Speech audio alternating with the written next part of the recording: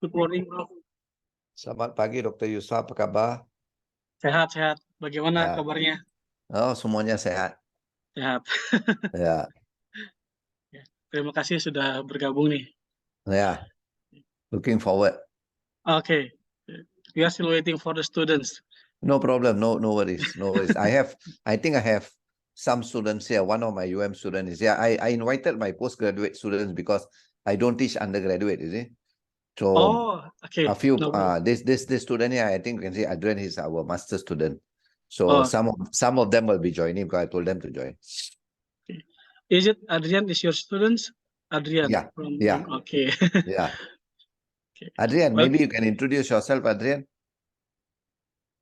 Adrian, Yep, sure.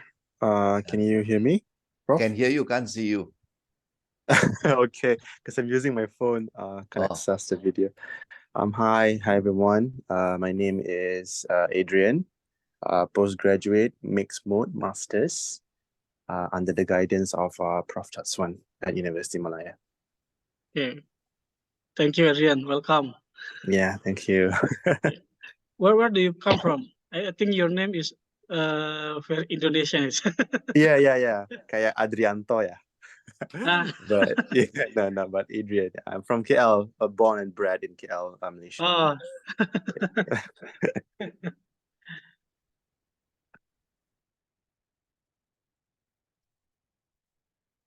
Sorry, how long am I given? You have 2 hours, but maybe it can be less than 2 hours if you have any schedule after Okay. this. Okay. No, I don't have a schedule, just that then we can give the students some Q&A time and things like that. Yeah, sure. Yeah. We are still waiting for the students. Yeah, sure. Yeah, I see some students coming in already. Yeah. But yeah, no problem.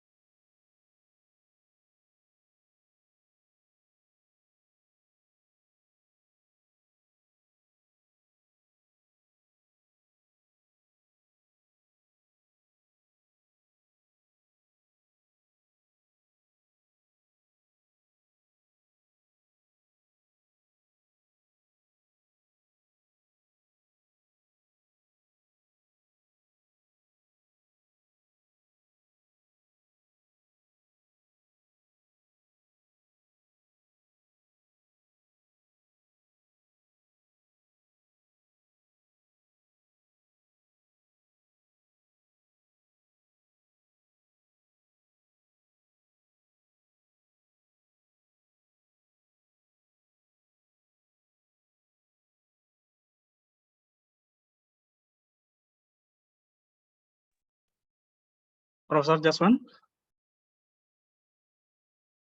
Okay, I think Yes, okay, you said. our class today, Yeah, sure. but before I will introduce you. Okay, good morning everyone. Selamat pagi semua. Assalamualaikum warahmatullahi wabarakatuh. Thank you for your attendance.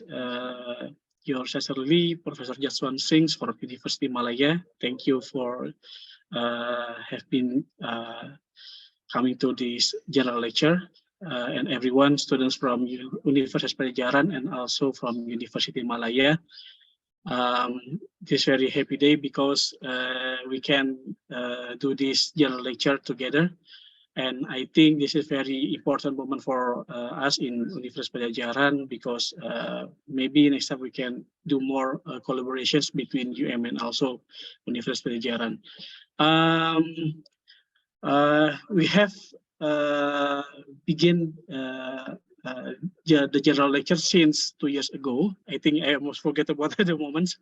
And this is the third years of the general lectures where we have invited Professor Jatswan as a lecturer in this course. And I think most of the students in this course already know Professor Jatswan, but maybe Professor Jatswan, because before we begin this session, I will introduce yourself that Professor Jatswan is a lecturer from University Malaya with specialty in international relations and also security sector. I think. And Professor Jatswan has so many experience, not only teach in University Malaya, but also become a lecturer in University Pajajaran and a lecturer in Rostock University, Germany. Okay, and with his experience, I hope that all the students here can get a knowledge, and also maybe after the lecture session can also have questions with some important things that can be asked with to Professor Jatswan. And so maybe we can start these sessions by a lecture of Professor Jatswan, where Professor Jatswan will deliver about the roles of civil society organizations in the security sector reform. Time is yours, Professor Jatswan. Okay, good morning, everyone. Salam sejahtera, sampurasun. Dr. Yusa, thank you very much for your kind introduction. And just give me a minute, I will start the lecture. What we will do is I will do the lecture for about 1.5 hours. Then once I finish, then we can have some Q&A. You're most welcome to ask questions, make suggestions, or even share a joke if you want to. Yeah, not to worry about that. Okay. All right. Okay. Let me just share the screen now. Yes. Okay. Can you all see the screen? Yes, Professor. Okay, we great. can see the screen. Okay, great. Okay. Just a moment. All right. Okay. Now, when we look at this topic, we are looking at a few things here. Yeah. First and foremost is we're looking at civil societies. Yeah. What do civil societies do? What kind of role do they play? And in what area do they play and things like that? Second issue here is security. Now, what is most important is how do we understand security? How would we define security? Yeah. The reason I am saying this is because when we talk about security sector reform, more often than not, security sector reform is very much narrowed down to the reform of primary security organizations like the police, the military, and things like that. Yeah, but security must be understood as something that is much, much broader. Yeah, and one must understand that security is not just about the state today, but it's also about the society, the human beings, the people, citizens who live. So security is not about state sovereignty anymore. Security is also about political, civil liberties, cultural, economic rights, social rights, etc. And the list goes on. So it's all depends on how one looks at security. As I mentioned, at the offset, when we talk about security sector reform, there is a tendency to just focus on the primary security providers. But as I said, one must look beyond. And I will show this an example towards the end in the Malaysian case. Yeah, the tax issue is, why is security important to us? Now, this is something that the state must provide to its citizens. But why is it that you need to reform it? Yeah, more often than not, and the problem here is in non-democratic societies, we find, particularly in authoritarian and totalitarian states, we find governments use laws, security instruments, apparatus to oppress and suppress people. Instead of protecting their rights, instead of protecting society, the state and its instruments, its institutions are now in turn used to suppress people. Now, that's what not a state should, ideally speaking, that's not what a state should be doing. The state should be protecting every aspect of human rights and things like that. Now, this brings us to the last question, that is reform in the security sector. Now, reform in the security sector would all depend on how one defines the realm of security. Are you just focusing on the primary security institutions, or are you going to go beyond that? Okay, so that is the preamble to my presentation today. And let's look at first issue here is civil society.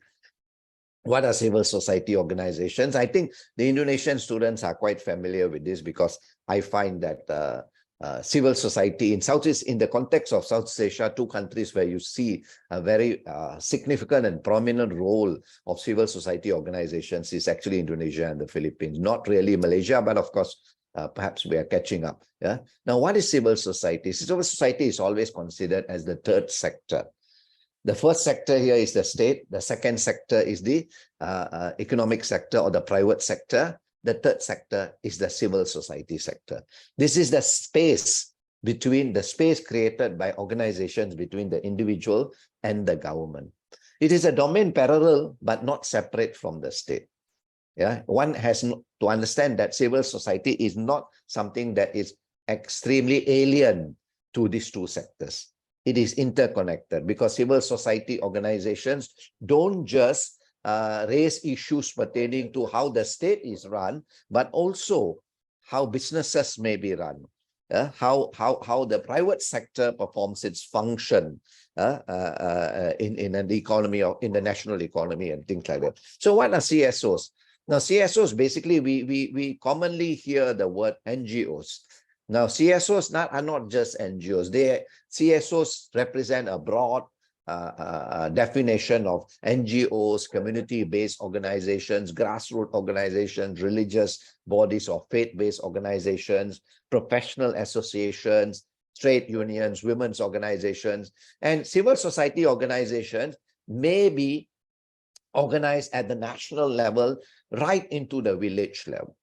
When one look at civil society organizations in, say, for example, Indonesia or even in India, you don't really find civil society organizations operating just at the national level, but right sometimes at the village level, advocating or trying to protect the rights of certain groups of people. And this may be women, children, and things like that. Yeah, so they may be organized at many levels, but what is important is there's also the global dimension of civil society organizations.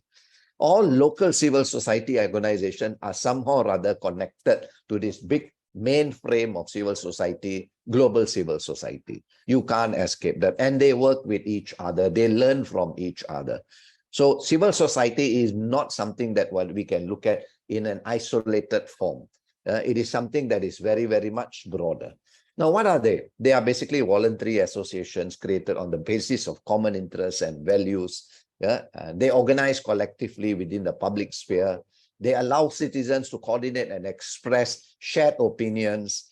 They engage in dialogue with other actors like, say, the state or even the private sector.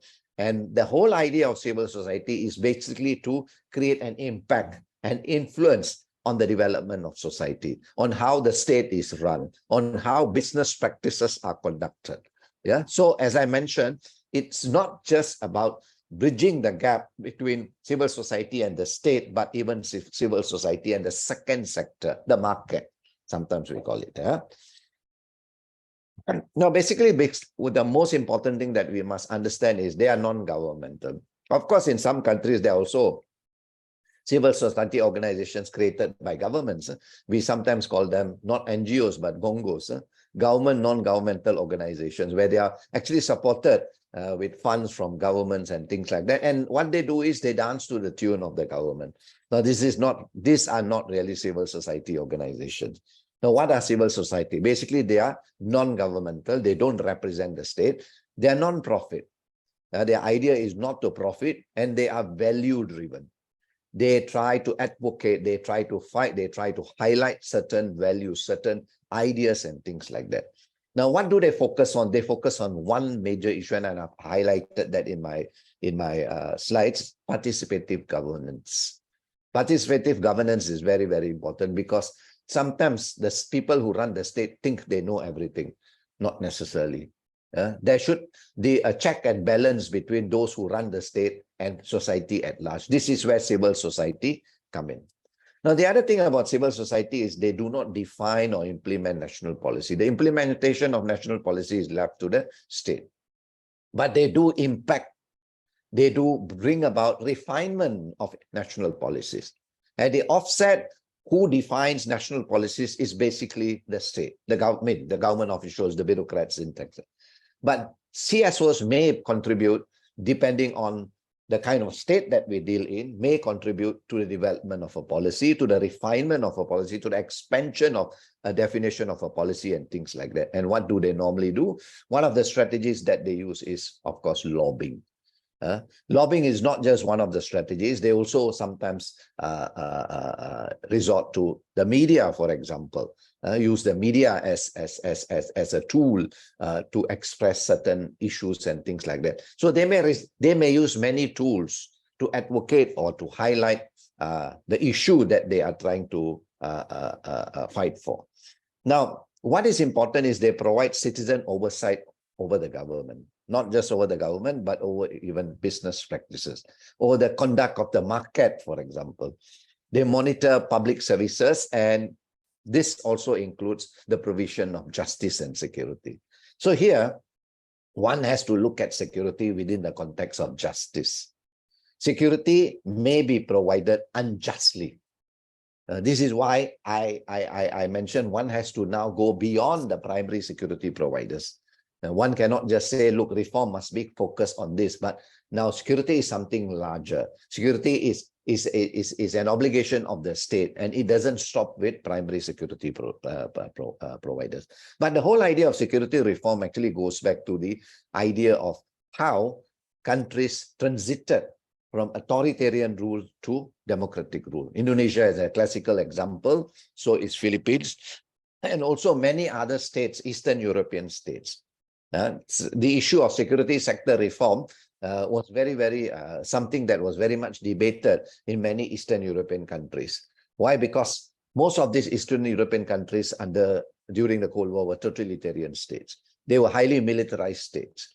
Countries like East Germany, for example. Now, how do you now demilitarize the whole state? How do you now confine the role of the armed forces to a particular area that they are created for? So this was the big debate.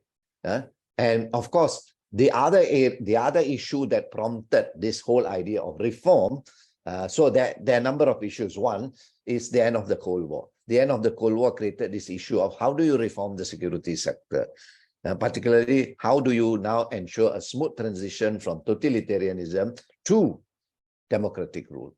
And then, of course, there was also this issue of the movement of countries from authoritarian, not totalitarian, authoritarian rule to democratic rule, as I mentioned, like the case of Philippines after the downfall of Marcos, and Indonesia after the downfall of Suharto. And these are the issues. Then the third dimension of it is post-conflict countries that have seen conflict, insurgencies, countries in Africa particularly, like for example, Liberia, Sierra Leone, Angola, and of course, and still an ongoing conflict in the Democratic Republic of Congo. Eventually, once initiatives are undertaken to bring about peace, then the issue of security sector reform must be looked at. Now, closer home, of course, this issue has also been a major debate in Sri Lanka. We saw how the Liberation Tigers of Tamil 11 fought a 30-year war insurgency against the government in Colombo. And eventually, the whole insurgency was ended through the massive, brutal use of military force by President Maharajapaksa. And here, the issue today is, in many post-conflict societies is, one, how do you now limit the role of the armed forces or the primary security providers? And secondly, what do you actually do with the militia? That is another issue. Now, this was one of the major issues also that was being discussed before the coup d'etat of 1st February last year in Myanmar. Aung San Suu Kyi was trying to negotiate a peace deal with the ethnic insurgents. But the main issue here was there was two problems. One, a very strong military. At one point in time, the Myanmar army was about 500,000 strong. And on the other hand, a militia. So there were different suggestions from insurgent groups, like most insurgent groups did not simply want to disarm, but one of the suggestions was to incorporate this militia into the Burmese Tatmadaw, or the Burmese army. Now here, the primary security provider was the part of the problem. By expanding it further, you are creating a bigger problem. You're not actually solving the problem. But of course, Aung San Suu Kyi's ASS case initiatives were short-lived because of the coup d'etat, and now it's back to square one in Myanmar. Right? Okay. Let me just move on. Now, basically, CSOs focus on collective well-being of society and basically focuses on values and rights. They defend common interests. They are different from political parties. They are not political parties. And most important thing is their aim is not to acquire institutional power. They do not want to come in and run for elections. Of course, when some civil societies begin as a civil society and end up as a political party, that happens as well in many countries, including in Malaysia itself, how a reform movement in the name of keadilan eventually became a political party and things like that.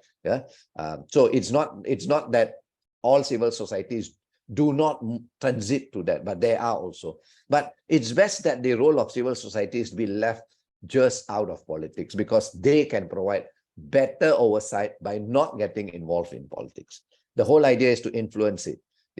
And again, as I said, their aim is to improve national governance via participative approach, participative governance. And now CSOs operate within the law. There are frameworks that govern CSO. They are not organizations that are created. They are not transnational criminal groups that operate beyond the legal framework of the state or the conventions of international society. They are regulated by frameworks. They serve general interests. And these are some of their main principles. They are non-profit. They are independent.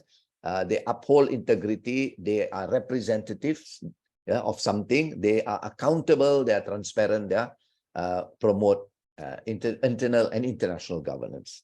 Now, what is important about civil society is not just their role in security sector reform.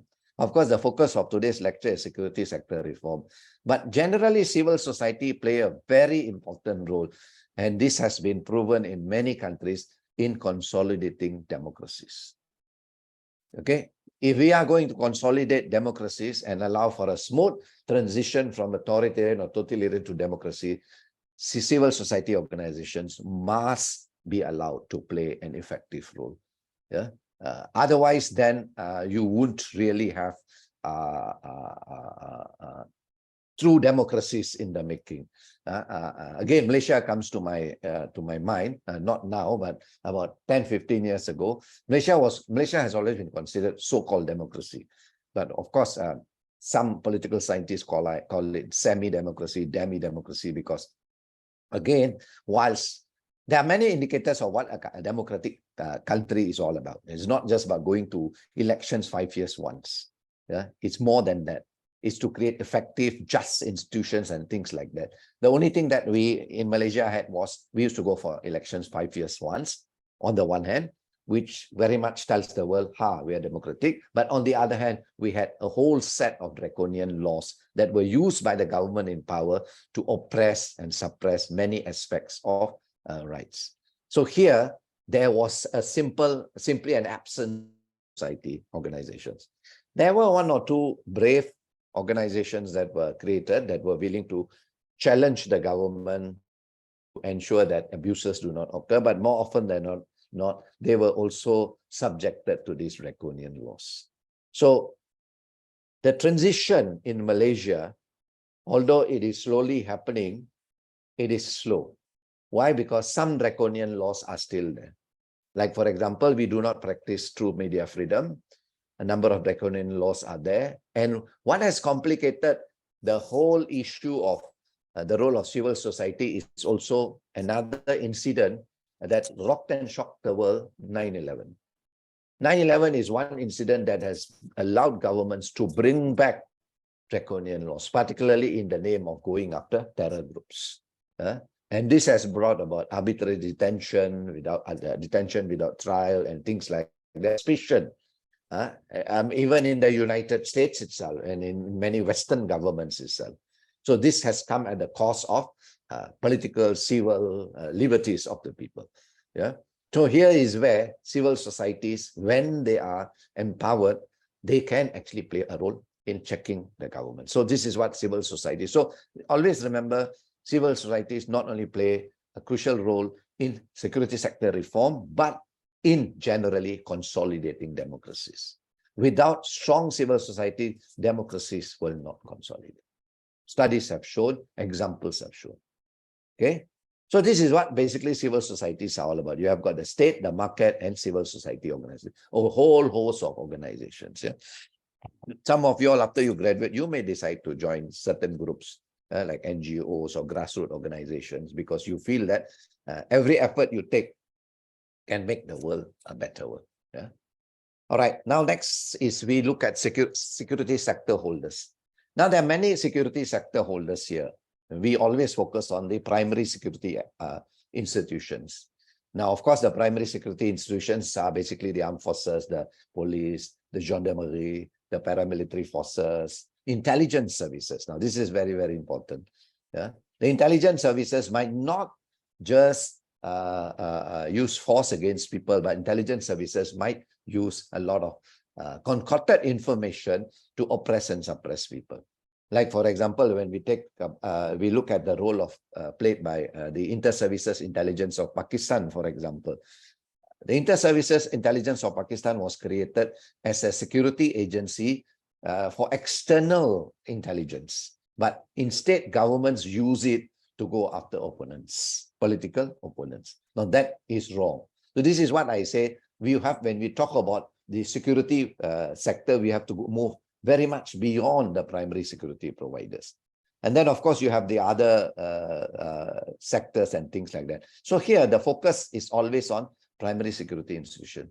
But related to primary security institutions is also executive bodies.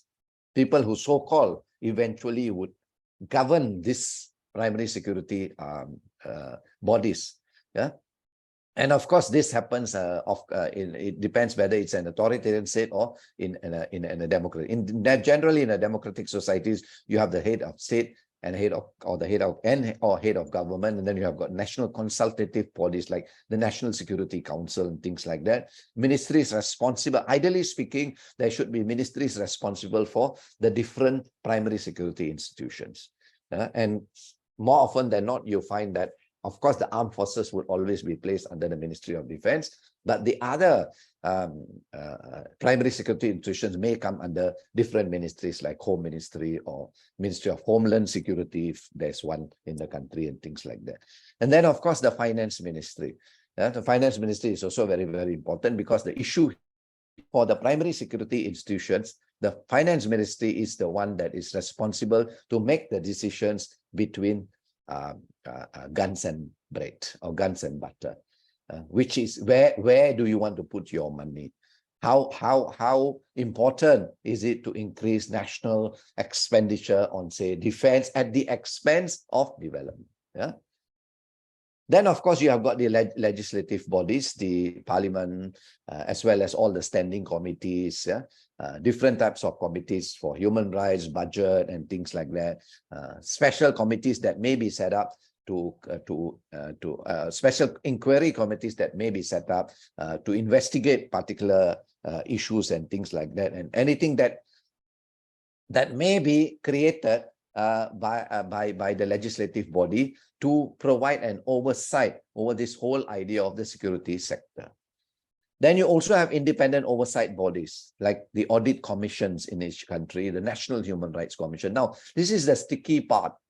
In pseudo-democracies, or in this where you find full democracies, you find national human rights commissions are created by states. Malaysia is a classical example where our Human Rights Commission is actually controlled by the state. Now, Malaysia is not the only one. Even in Myanmar, the Human Rights Commission was created by the state, even to some extent, some other countries as well, where more often than not, National Human Rights Commission don't walk the talk. They basically tune of the government in power. So again, here you have to have independent National Human Rights Commission. And then, of course, most important is procurement agencies, because the issue of bread and guns, the decision to be made on bread and guns is made by the Ministry of Finance. But then procurement agencies will decide to what extent and what is procured for the primary security institution, and whether or not these procurements are justified. So these are the issues that procurement agencies must look at, and whether they do satisfy and meet the needs of security, not just of the state, but generally of the people. And then, of course, you have got laws and justice institutions. These are very, very important, because these are institutions that not only provide a check and balance over primary security institution, but also ensure the smooth providence of justice. At the end of the day, justice must prevail, whether it is at the civil courts, or ever even at the Sharia court. Justice must prevail, or even at the traditional customary justice systems. Now, when we talk about customary traditional justice system, in many non-Western societies, they have this system, traditional customary justice system. Like, for example, in South Asia, they have the panchayat system, where village can make a decision on a particular issue. And of course, this is actually allowed in many non-Western societies, but there is a threshold. Beyond a certain threshold, it must always go to the state. You cannot. The local communities cannot decide on certain offences that require the state to do so. Like, for example, perhaps like a murder. But the stealing of a sheep, someone steals a sheep, that can be actually settled at the traditional customary level and things like that. But even the practice of these customary institutions may be very, very gender biased. Like in the case of South Asia, in many instances, traditional customary justice systems have a very strong gender bias, where they actually allow for honor killings. In Pakistan, that is very, very prevalent. So at the end of the day, when a particular couple elopes, the family is actually allowed to go and kill both the couple, because it's a question of honor. Now, this is something that is totally unacceptable. I mean, if the couple decides to elope, I think that's probably their problem. But at the end of the day, the traditional customary justice system cannot take justice into their hands and act in an arbitrary manner. So this is what we look at when we look at. So when you talk about justice, you have to look at right from the state level right until customary, whether justice has been served. Then, of course, you have the CSOs, the media, the think tanks, the business community, the NGOs, the political parties. Yeah? The political parties, of course, there's a line to be drawn to what extent they play a civil society role. And of course, then faith-based organizations. Then we move on. You also have the legal non-state security providers. This may be private security services like private companies, political party militias. Yes, there are political parties that maintain militias. RSS in India, RSS is a branch of the BJP, is one example of political party militias. And RSS has been doing a lot of damage when it comes to the rights of certain minority groups, particularly in India, particularly when it comes to the religious minorities. So these are things that even a country like India has been witnessing. Now, then, of course, you have got the local criminal groups, the terrorist groups. They may also include the insurgent groups. As I mentioned in the case of Burma. The particular ethnic group might be supporting an insurgency because they feel their rights their security is being threatened. But then when you end this insurgency, what do you do with this militia? How do you reform the entire vicious cycle that has, to a large extent, fed into this whole prolonged, protracted conflict? Last but not least, external actors. Security sector reform is impacted by external actors. Why? Especially international organizations, the conventions that they push for, like, for example, not just the UN, but even regional organizations like, say, the African Union or ECOWAS and things like that. Then international donors. International donors may set conditions that, look, funds will come in based on this is what you're supposed to do. They may impact directly or indirectly on security sector reform. INGOs, international non-governmental organizations, as I mentioned, the global civil society too may impact because they network, they link with local civil society groups. Criminal organizations may act as filers. So in this process for security sector reform, you have to understand who are there genuinely to undertake security sector reform and who are there who wants to derail the entire process. This may be criminal groups, this may be terrorist groups. So these are basically entire issue of security sector holders, and this would give you, in a nutshell, a broad picture of what the security sector. It's a range from the state into the non-state. And of course, I've only mentioned a few, but my earlier list provides a better. Okay, why does the security sector matter? Now, basically, the security sector matter because it impinges on every individual in the state. Now, what is the problem with the security sector? Now, when I talk about the problem in the security sector, again, I'm going to go back with a slightly narrow focus on primary security providers, and the first category. First and foremost, the problem may be the government is unable or unwilling to control military and other security factors. In authoritarian, totalitarian states and highly militarized states, the government in power or the people in power or the regime in power use the security apparatus to maintain power. A good example of this is Assad's Syria, the North Korean regime.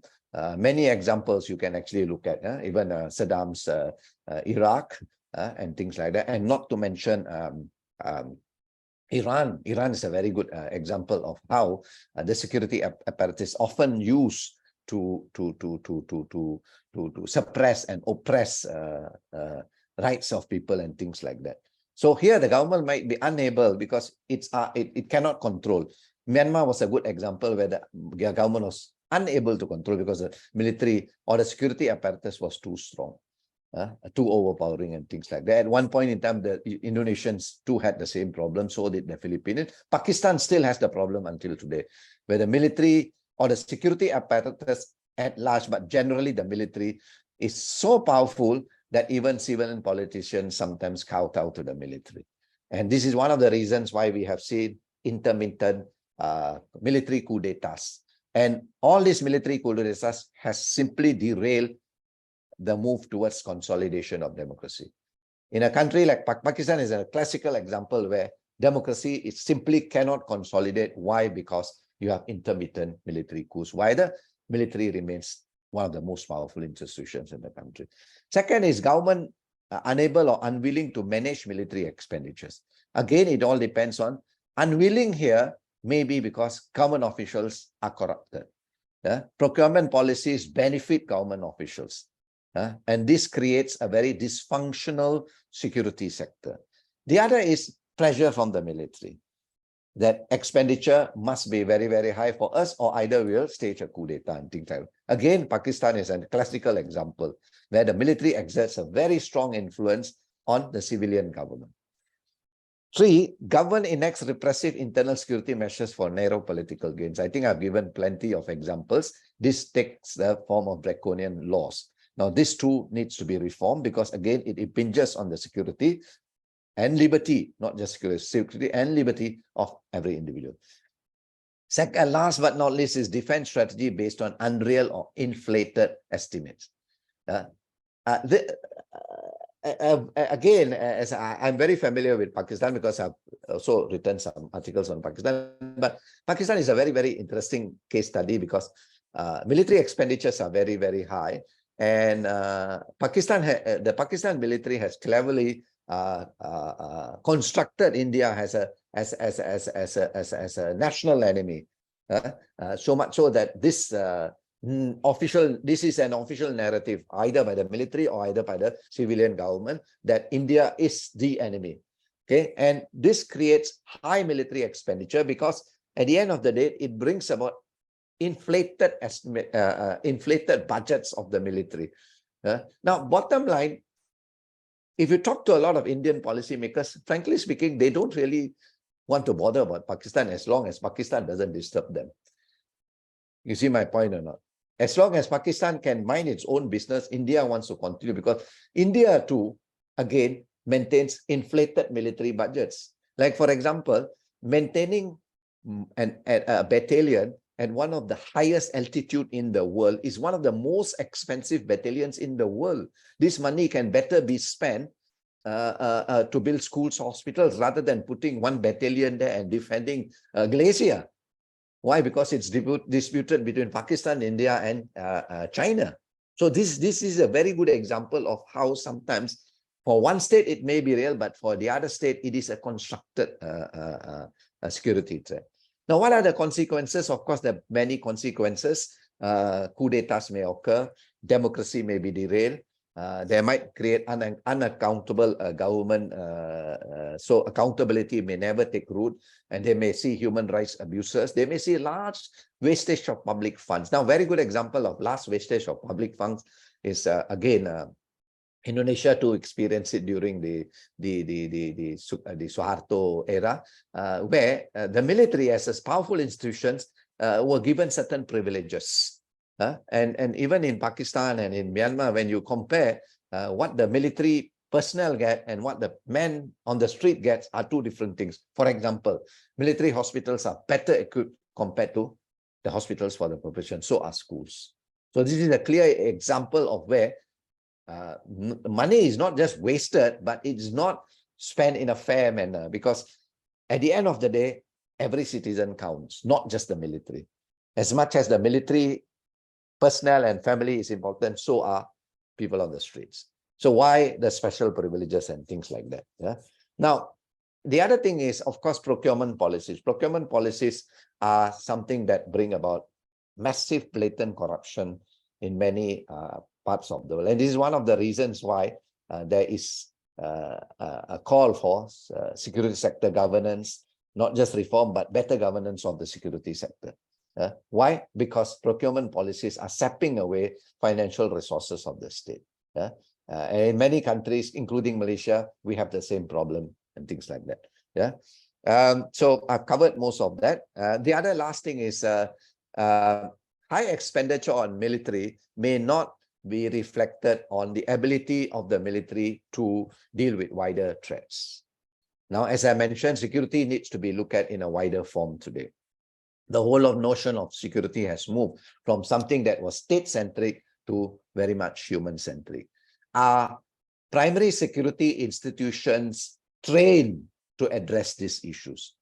Has there been a paradigm shift from state centricity to non-state centric non-state centric security paradigm amongst many militaries around the world. No, you don't really see that. You don't really see that in non-Western societies, unfortunately.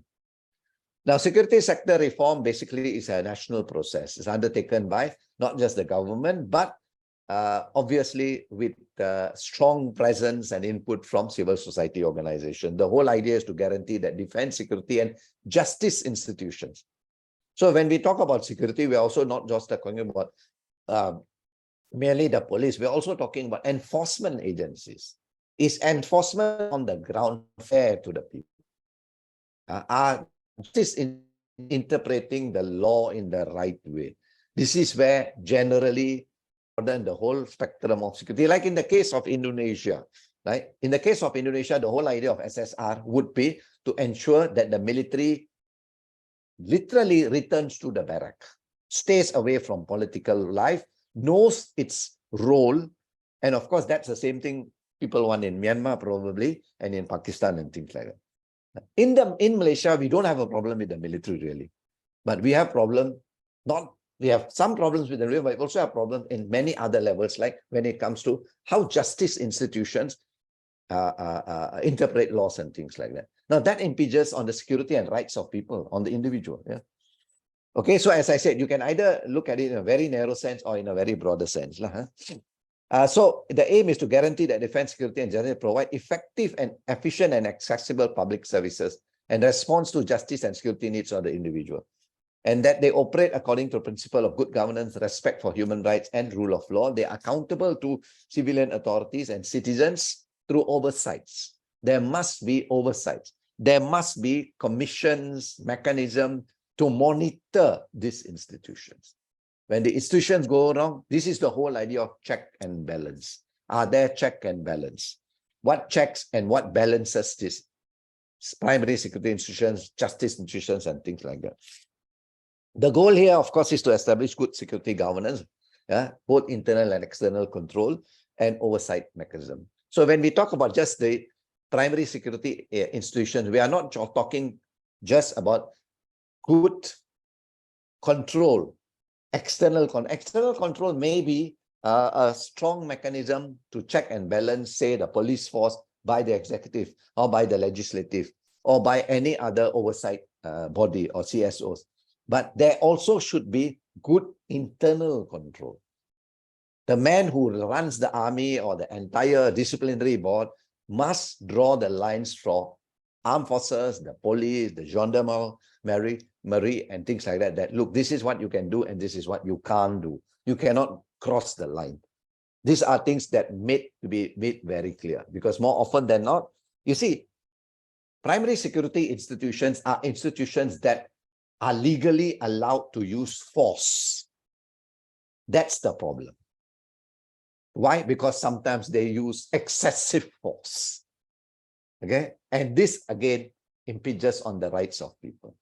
So this is where the big debate is, how do you now ensure that, yes, force may be needed. Force may be needed. If there's an external threat, yes, the army will have to defend your borders. Yeah? But the army or the police, they must know their respective role. Where do you draw the line?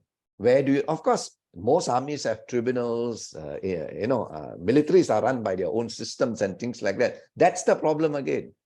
Okay? Are they now subject to civilian authority? So when we talk about external control, we are not just talking about primary security institutions being controlled by other bodies, like balanced by the justice system, by the executive, by the legislative, but the internal system too needs to be revamped.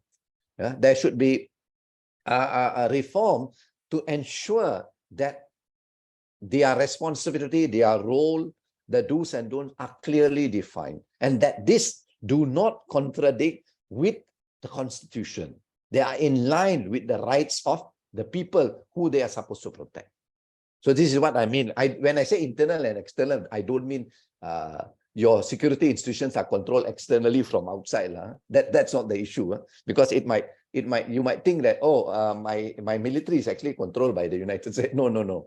Internal and external control is one within the institution and the other within the state. Mechanisms created within the state. Yeah. And now the result of this may contribute to the state's capacity to anticipate, prevent, and respond to threats in the most effective way. Rather than just using this use of force against the people, it may be better prepared to actually defend many different sources of threat and things like that. I've already mentioned. So good governance of security requires non-interference of security institutions in political matters. They should stay out of politics. Yeah, the military, the army cannot be party to politics. In many countries transiting from society, Indonesia appears to have had that, and hopefully it doesn't have that problem. But apparently, Indonesia appears to have that problem. Why? Because you find how during the Suharto era, the military had direct impact on the political structure, the political system. But even after the return of democratic rule, the military directly and indirectly influences the political system.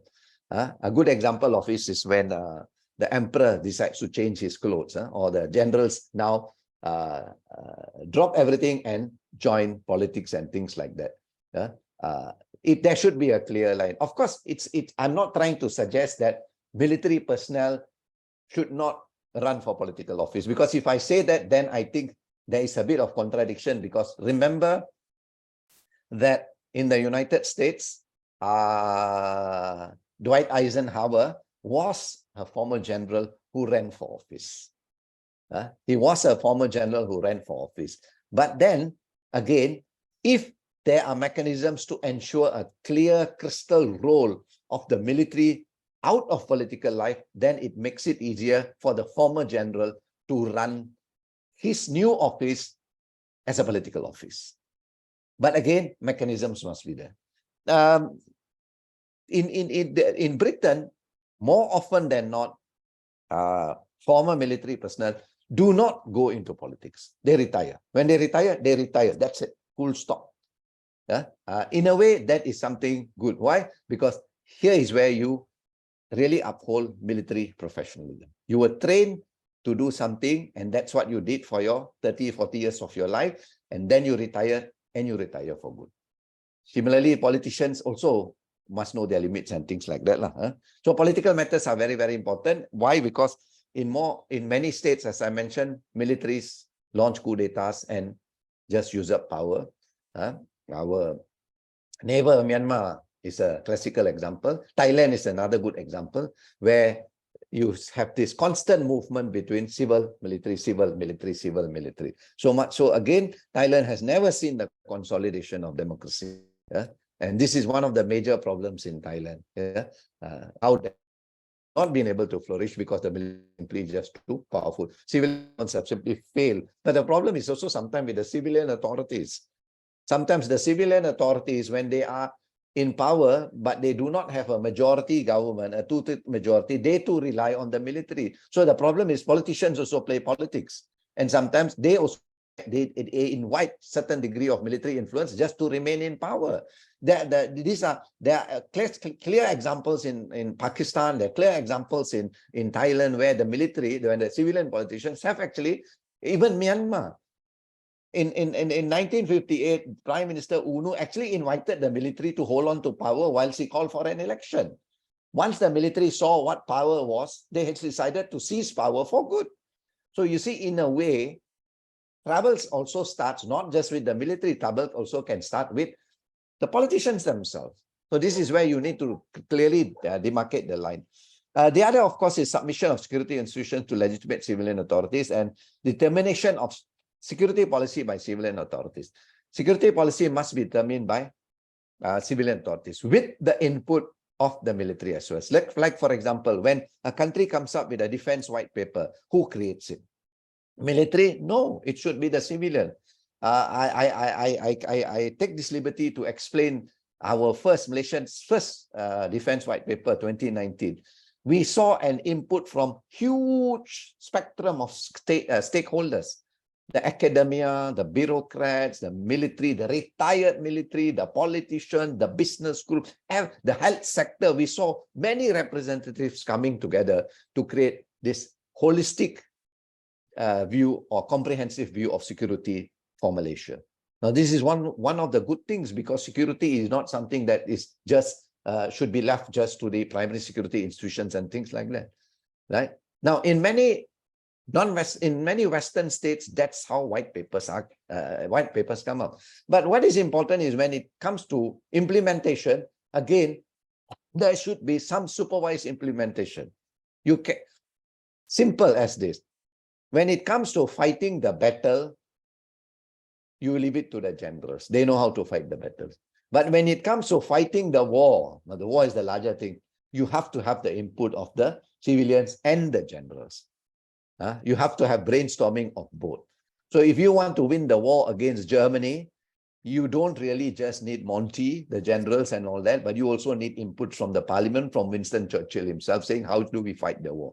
They need to sit down because it's a common goal.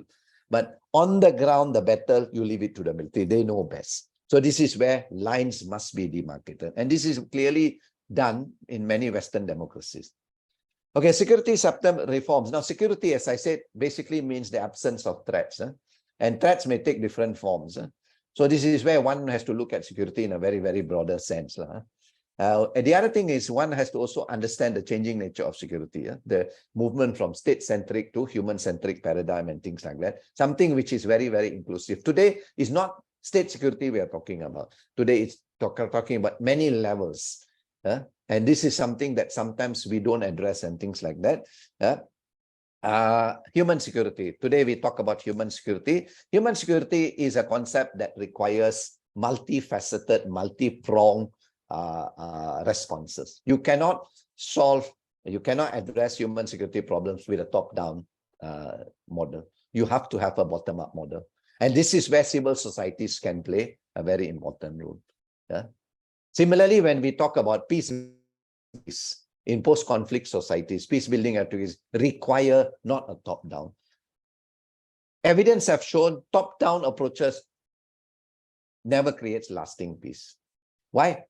If you want to undertake any reform, or if you want lasting peace and you want to ensure security, everything you do must be inclusive, not exclusive. Inclusive here must take the bottom-up approach, not just the top-down. Yeah. Always remember, governments sometimes don't know everything. Sometimes civil societies have better information on the ground than government officials. This is why you need to. So the entire issue of threats have changed. Like, for example, when we just saw the pandemic, and we're still in the era of the pandemic. Now, how do you address the pandemic? Of course, the government, at the national level, the government can just create these lockdowns. That's what a lot of countries, most countries in now, lockdown, mobilize the primary security institution, make sure nobody comes out from the house. But at the end of the day, down there were millions of people who lost their jobs. Millions of people who didn't have any income, didn't have food on the table. Now, how do you address that? We are not in a war zone. You don't expect the government to be airlifting, dropping food and things like that. This is where civil society organizations began mobilizing, faith-based organization. In the case of Malaysia, a lot of faith-based organizations began opening up kitchens and transporting meals to orphanages and things like that, because the whole country was simply cut off. And I'm sure Indonesia must have seen the same thing. A lot of countries saw that. So today, when we address this whole idea of human security need, we cannot narrowly define security. We have to broadly define security. And what is important is the whole idea of how do we create sustainable human security. Now, the elements here is one, fear. Fear. Fear, why? Because you have a very oppressive state. In military countries, in countries ruled by the military, when you get a knock at your door at 3 o'clock in the morning, obviously there are only two things. Of course, I'm talking about the era before the phone came in, the handphone. If you get someone knocking at your door or calling your name outside your house at 2 or 3 o'clock in the morning, it's either someone telling you someone close to you has passed away, or either this primary security institution officer is there to arrest you. And this is what had happened in many countries, even during the Cold War years and post-Cold Wars. Why? Because governments use this whole notion of fear. Very common in Myanmar, they used to say, if you get the knock at after 12 o'clock, anytime from 12 to 5 o'clock in the morning, always remember, and especially if you get a call from a voice you can't hear, get ready. It's the military who has come there to arrest you. So just follow them. If not, they'll just shoot you down. And this is not something that just spoken in Myanmar. In many countries, that use non-Western societies, that used to happen. So fear. Second is wants. This is also a basic human right. And more often than not, we don't address the issue of want. Basic necessities for human societies. 3, of course, is vulnerability. How do you address vulnerable people? Minority, religious minority, persecuted minorities, are their rights respected? State institutions are sometimes used to suppress the rights of these people. And of course, freedom from shame. So always remember these 4 pillars. Any issue that addresses security should also address these 4 pillars. So what's the basis? The basis here is basic human survival, human development. Why am I saying human development? There is a nexus between security and development. There is a connection, there is a linkage between security and development. One cannot deny that. And I just mentioned the guns and butter or guns and bread issue, where at the expense of guns, it can impede human development and things like that. And of course, dignity, which is shame, and sustainability. How do you sustain human progress? Now, this is basically what the framework of human security is all about. I won't repeat myself. Why the need for security sector reform? Many reasons. These are just a few reasons, but many reasons. One is responding to the changing nature of threats and security requirements. Having the strongest military in the world will not solve your problems if your country is hit by a pandemic. You also need a strong health infrastructure, health sector, and things like that. Having a strong military will not end an insurgency. To end an insurgency, you must ensure that people, insurgents who pick up arms, return to normal life, are integrated into society. Now, you have to ensure that violence does not become profitable to them. What I'm talking about is when we look at all the conflicts in Africa that exploded in the post-Cold War era, a lot of these conflicts were based on resources. The ongoing conflict in DRC is also based on resources. In Angola, in Liberia, in Sierra Leone, it was all because of control over diamonds. Why? Violence was profitable. So if you can ensure that violence now is not profitable, and you can reintegrate these combatants into normal life and provide them with employment and some way of earning a decent living, you can actually bring about lasting peace. So here, peace building, peacemaking is not about signing a treaty. It is a long-term process. So is security sector reform. Security sector reform is not a one-off. Third, of course, is transition from totalitarian to authoritarian. I've already mentioned that is functional security sector. Security sector that instead of protecting people's rights, they are actually abusing people. Right? Ineffective and inefficient provision of security, absence of accountability. Now, this, of course, creates a problem of corruption. Obstacle to sustainable peace and development. Why? Because now the military or the militia is part of the problem. And the security development nexus, I've already explained that. Security sector governance is another thing that you need to understand. These are basically, it is basically a process to enhance or to create mechanisms pertaining to decision-making, implementation, and monitoring of this decision. So when we talk about good security governance, security SSG, we are talking about governance that falls within the rule of law, democratic principles, separation of powers, balance of powers, participation of citizens, and oversight.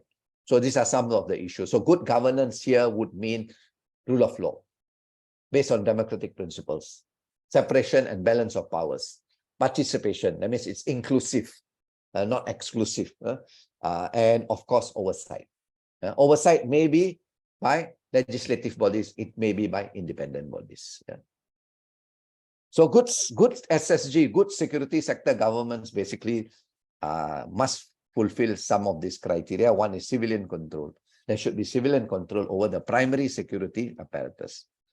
Civil society organizations, civilian bureaucrats, civilian politicians should be able to exert control. Yeah? So the ultimate responsibility of country's strategic decision making is on civilian leadership, not on the military. The military should not decide. And of course, the principle of non-interference in political life. Second is accountability. The primary security institution must be accountable for whatever they do. They cannot commit gross, blatant human rights abuses and get away with it. Now, we hear of international conventions these days, war crimes and crimes against humanity. We have got an international criminal court. We have some people who have been brought to this court, even the former Yugoslavian leaders, one I think hang himself or something like that. But is that just enough to create accountability? Addressing the issue of people who have resorted to violence and then charging them is not the long-term solution. The long-term solution is to create primary security mechanisms that know that they will be held accountable. If I am a police officer and I stop you on the road, I should first and foremost ask you, excuse me, sir, can I see your driving license, please? Rather than taking out my gun, putting it at your head and saying, where's your license? No. Why am I resorting to the use of force? This is the big debate about police, for example, in the West and non-Western societies. That's why you see in Britain, the police don't carry guns. Why? Because do the police need to carry guns? I mean, unless there is a hostage situation, then the special unit of the police and the Scotland Yard comes out. But generally, why do the police need to carry guns? But in America, for example, again, this is very interesting. You see, you must understand in America, police is under the realm of the state, not really under the federal government. And each are governed by their own laws. And we have seen in America over the last few years how police have abused its powers. So many cases of minority people being killed by excessive use of force, being pinned to the ground, beaten, and things like that. Now, we talk about security sector reform. Actually, frankly, it should first start with the United States. United States must seriously look at security sector reform, because at the end of the day, if you are a non-white, you're walking on a street at 12 o'clock, and you might just be shot dead by a police officer. You never know. You see my point or not? So, where is the protection to your security, to your life? You see my point or not? Why? Because there's no accountability.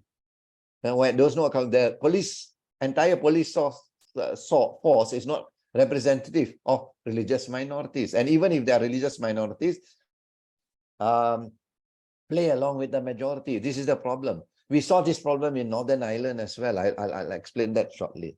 The third is transparency. Whatever they do, not just the military or the primary security institution, but even the legislative, the executive, everything must be transparent.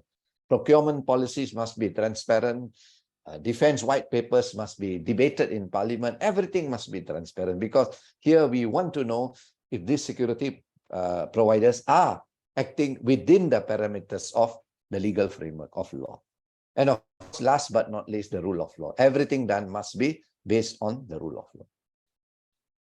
Okay, so democratic governance of security sector sees active participation of civilian population, especially CSOs, who provide ideas, insights, and things like that. And this is very, very important. Years ago, when Gus Dur was elected as president, one of my students, he used to work with Amnesty International. Today, he has left Amnesty International. He used to be based in London, and he was responsible in starting the Amnesty International Malaysian chapter. Then after he finished his master's and his second master's in LSE, he moved to work with Amnesty London. And I used to bump into him in the KL airport, and every time I see him, he will be going to Jakarta, to Indonesia.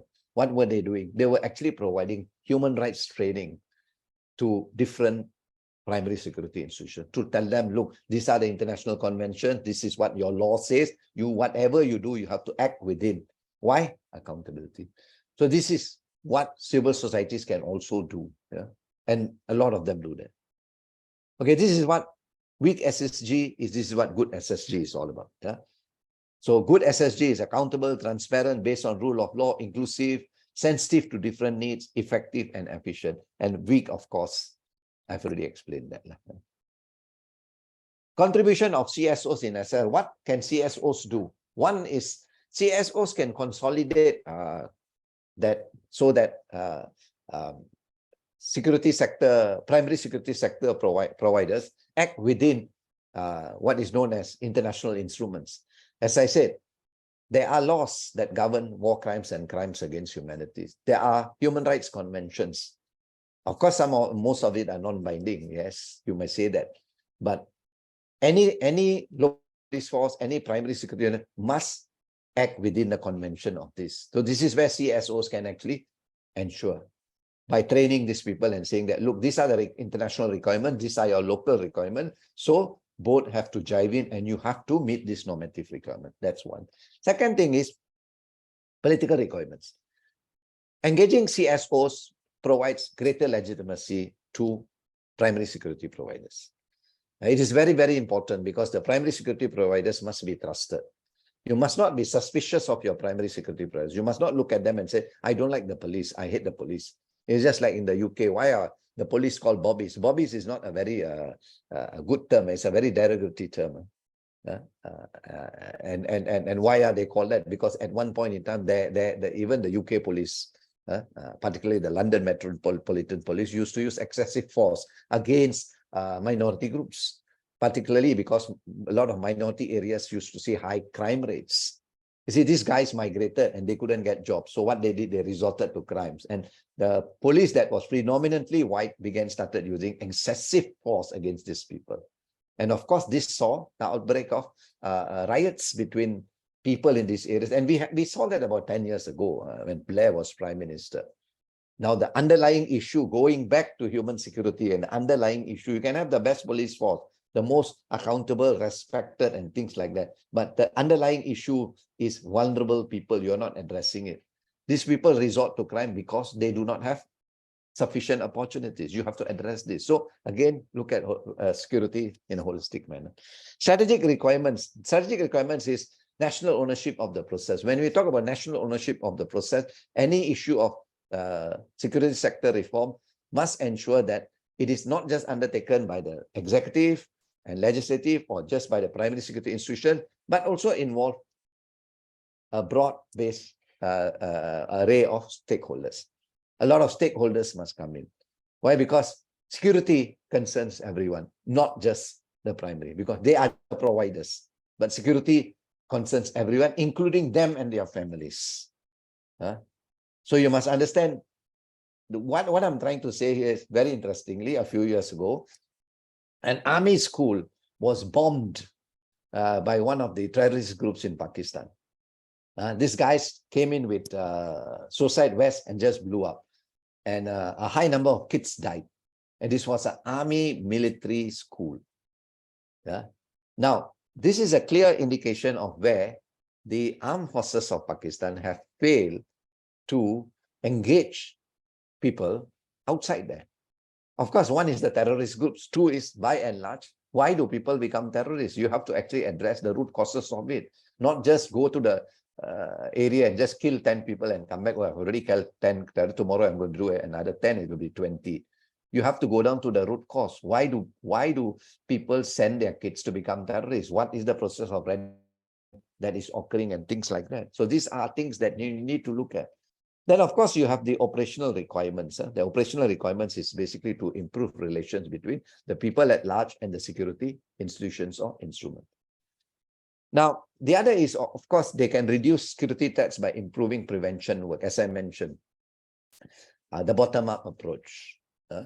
CSOs can actually play a lot of good role when it comes to strengthening opportunities or creating opportunities for people on the ground, addressing the issue of vulnerability and things like that, telling the government, look, these people need this. Because as I said, sometimes governments really don't know what people need in certain areas. There could be geographical differences when it comes to vulnerability. That could be racial, religious dimension to vulnerability, gender dimension to vulnerability. So all this needs to be addressed. And CSO, as they work with the people and on the ground, they would probably understand. I don't say they understand them. They would probably understand the problem better. Now, input from this would bring about reduce. As I said, when we talk about peace, lasting peace, you need to involve the security, civil society. Now, the other, of course, is violent extremism. A lot of CSOs have been doing a lot of work, research, surveys, and all that on violent extremism, basically to see how, at best, can this be addressed and things like that. Now, this research can assist government in creating well-informed in policies. Yeah, you don't want to create policies. You want to create informed policies, well-informed policies. Improve professionalism of security institutions. Yes, as I mentioned that earlier, so that they act within the law.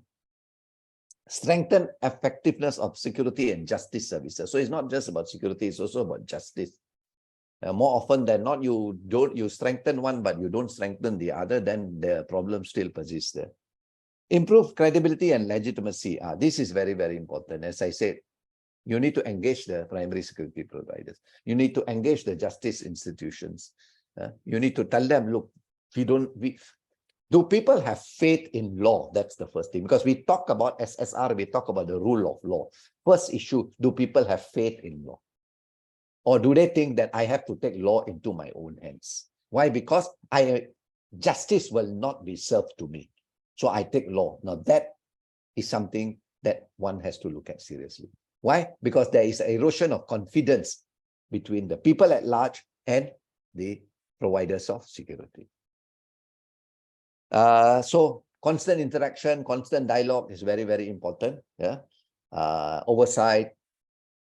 This increases accountability. I'm going to go a bit faster now. Yeah. This is what civil societies can do at many levels. At the planning and policy formulation level, at the implementation and evaluation. So it's an ongoing process. It's not just coming in and saying, okay, this is what the army should be doing, this, and that's it. Why? Because CSOs can provide oversight. Whenever there are abuses, the media must highlight. Look, there were abuses by the military in this incident, must be highlighted. Okay, the justice institution then must take this battalion or these people on the military to explain, and they should be held accountable. So it is an ongoing process. It's not one-off. In any consolidation of any democratic society, you need to ensure that all these functions constantly. Not just one-off and say, okay, we have already created a strong constitution, which clearly clearly demarcates the role of the military, clearly demarcates the role of primary security providers. We wouldn't have a problem. No. One is the paperwork. Secondly is the mechanisms to implement it. Third is to monitor this mechanism. And fourth is to evaluate this. You also need evaluation because sometimes mechanisms can go wrong. I wouldn't mention so much on this. You can pass this to Dr. Yusa later on. So what do? They can make policy suggestions. They can raise awareness on issues. They can use research to influence policy, provide oversight, monitor security sector budgets. This is a problem that we have in Malaysia. Where it lacks transparency, not just in Malaysia and many non-Western. Advocate a cause. Now, the role of the media, a free media can highlight all these abuses. Like ordering, in the case of Malaysia, ordering weaponry that doesn't work. Why? Because it is either a wrong decision or either there's some form of corruption. So the list goes on. I'm not going to go into the list, but let's see. The challenges faced by SGOs. One is, generally speaking, in many non-Western societies, governments don't like CSOs. They think these people are troublemakers. Now that mindset must surely change. CSOs can actually provide a lot of good suggestions. In the West, that used to be the problem in the 60s, 70s, 80s, and even to some extent in the 90s. But slowly that perception has changed. Even at the UN, a lot of NGOs are consulted. Even at the European level, a lot of NGOs. But of course, as I said, in America, it's a mixture. America must get first and foremost its gun laws right first. The gun laws in America are all going haywire. And this is one of the reasons why you get kids coming up with a gun, going and killing 30 people in school and all that. So the issue is, when I go to school, am I secure? There's also security. Am I secure? Or will I come out in a coffin? I'm going to school. I'm not going to a war. I'm going to school for heaven's sake. Why should I have to come out in a coffin, being shot dead by someone who got angry with his parents or something like that? You see my point or not? So you see, this is where you need to look at it in a very broader sense. And it's not a problem in the developing world alone. It's also a problem in, as I mentioned, in the United States itself is a problem. The other thing is sometimes governments, as they don't trust CSOs, they infiltrate CSOs. They give funds to CSOs. So once they start giving funds to CSOs, CSOs start dancing to the tune of government, and they lose independence.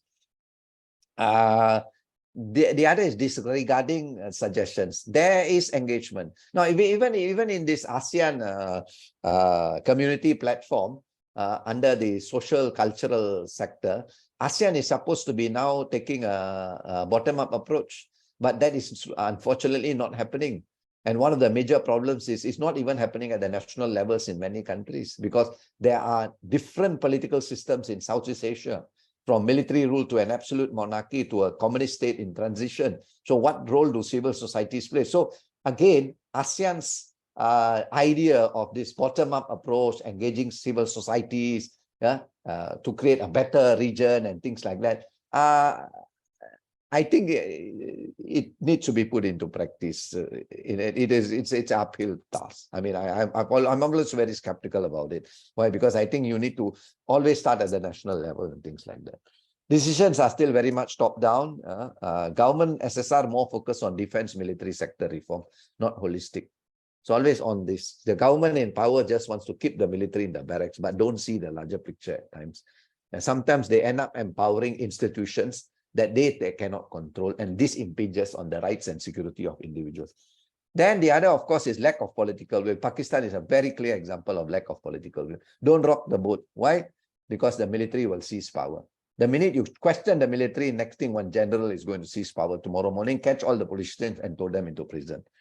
This fear, I'm not sure whether this fear remains in Indonesia, but at one point in time, yes, there was always, during the time of even, I think, Gus Dur, there was always this fear that what if the military seizes power again? What if the military comes back and things like that? So far, so good. Indonesia's track record has been, although military men has come into run the state, but so far the military has been in the barracks. But then again, a lot needs to be done and things like that. Difference in understanding of security.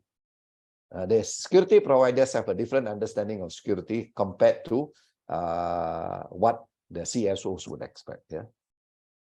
Now, as South Africa is a classical example of a quite successful SSR, where, as you know, South Africa used to practice the apartheid system. And in post-apartheid South Africa, the issue was, what do you do with the security apparatus? Because this was the apparatus, the army, the police, everything was used to control, by a minority to control the majority. Now, what do you do? How do you reform it? How do you ensure that this security apparatus now serves for everyone, not just for one minority? Now, theirs is quite a successful case, yeah, and they have managed to move the security sector to ensure that it becomes more inclusive and representative of the needs of the people. The examples are there, dialogue and things like that, consultation processes. To some extent, there was also an emphasis on change in leadership. Now, Northern Ireland. Now, Northern Ireland is another interesting state. As you know, for decades, the IRA, the Irish Republican Army, fought an ongoing war with the London government to secede Northern Ireland and join the Free State of Ireland.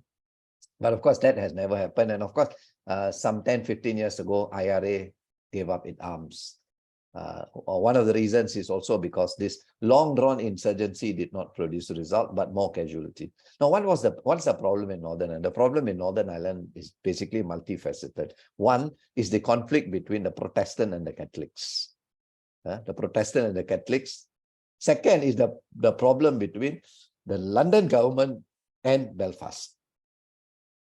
Irish generally do not want English rule.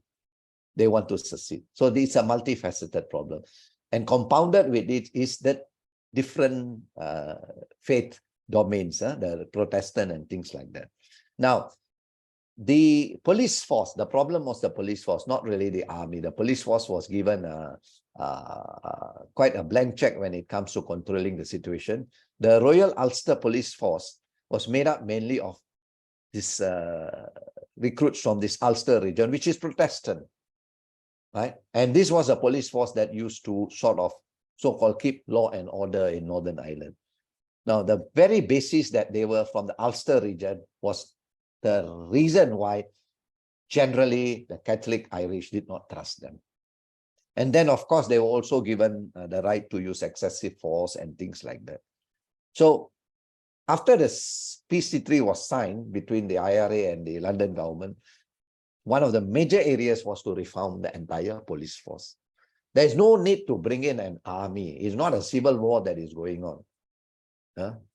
Even the minute you bring in an army, you're giving a thing as if a civil war is going on between two people that you need the army. There's no need to bring in the army. As far as the law and order is concerned, the police should be able to do the job. But the issue is the police is not trusted by the Catholic, the majority. So what do you do? So they started, after the Belfast Agreement of 1990, they started as revamping the entire police force. This was based on Chris Paton's report. Chris Paton was the last governor of Hong Kong. Paton was then appointed to head this commission and find what is the best way forward. So they came up with this new idea of police force. Now, the issue was here of composition. The composition of the police force. So the Royal Guards, Ulster Guards were disbanded and a new police force was created, which is known as Police Service of Northern Ireland. It was a break from the past, a new batch, a new motto, new composition, everything new, and new gender representation. New gender representation. So all this and other measures were created, and things like that. Nigeria is another good example where the military had played a very excessive and important role in political life for decades. And this is one of the reasons why when the military finally relinquished power to the civilian authority, there was this issue of when will the military, the issue hanging above everyone was when is the military going to seize power again. So far, so good.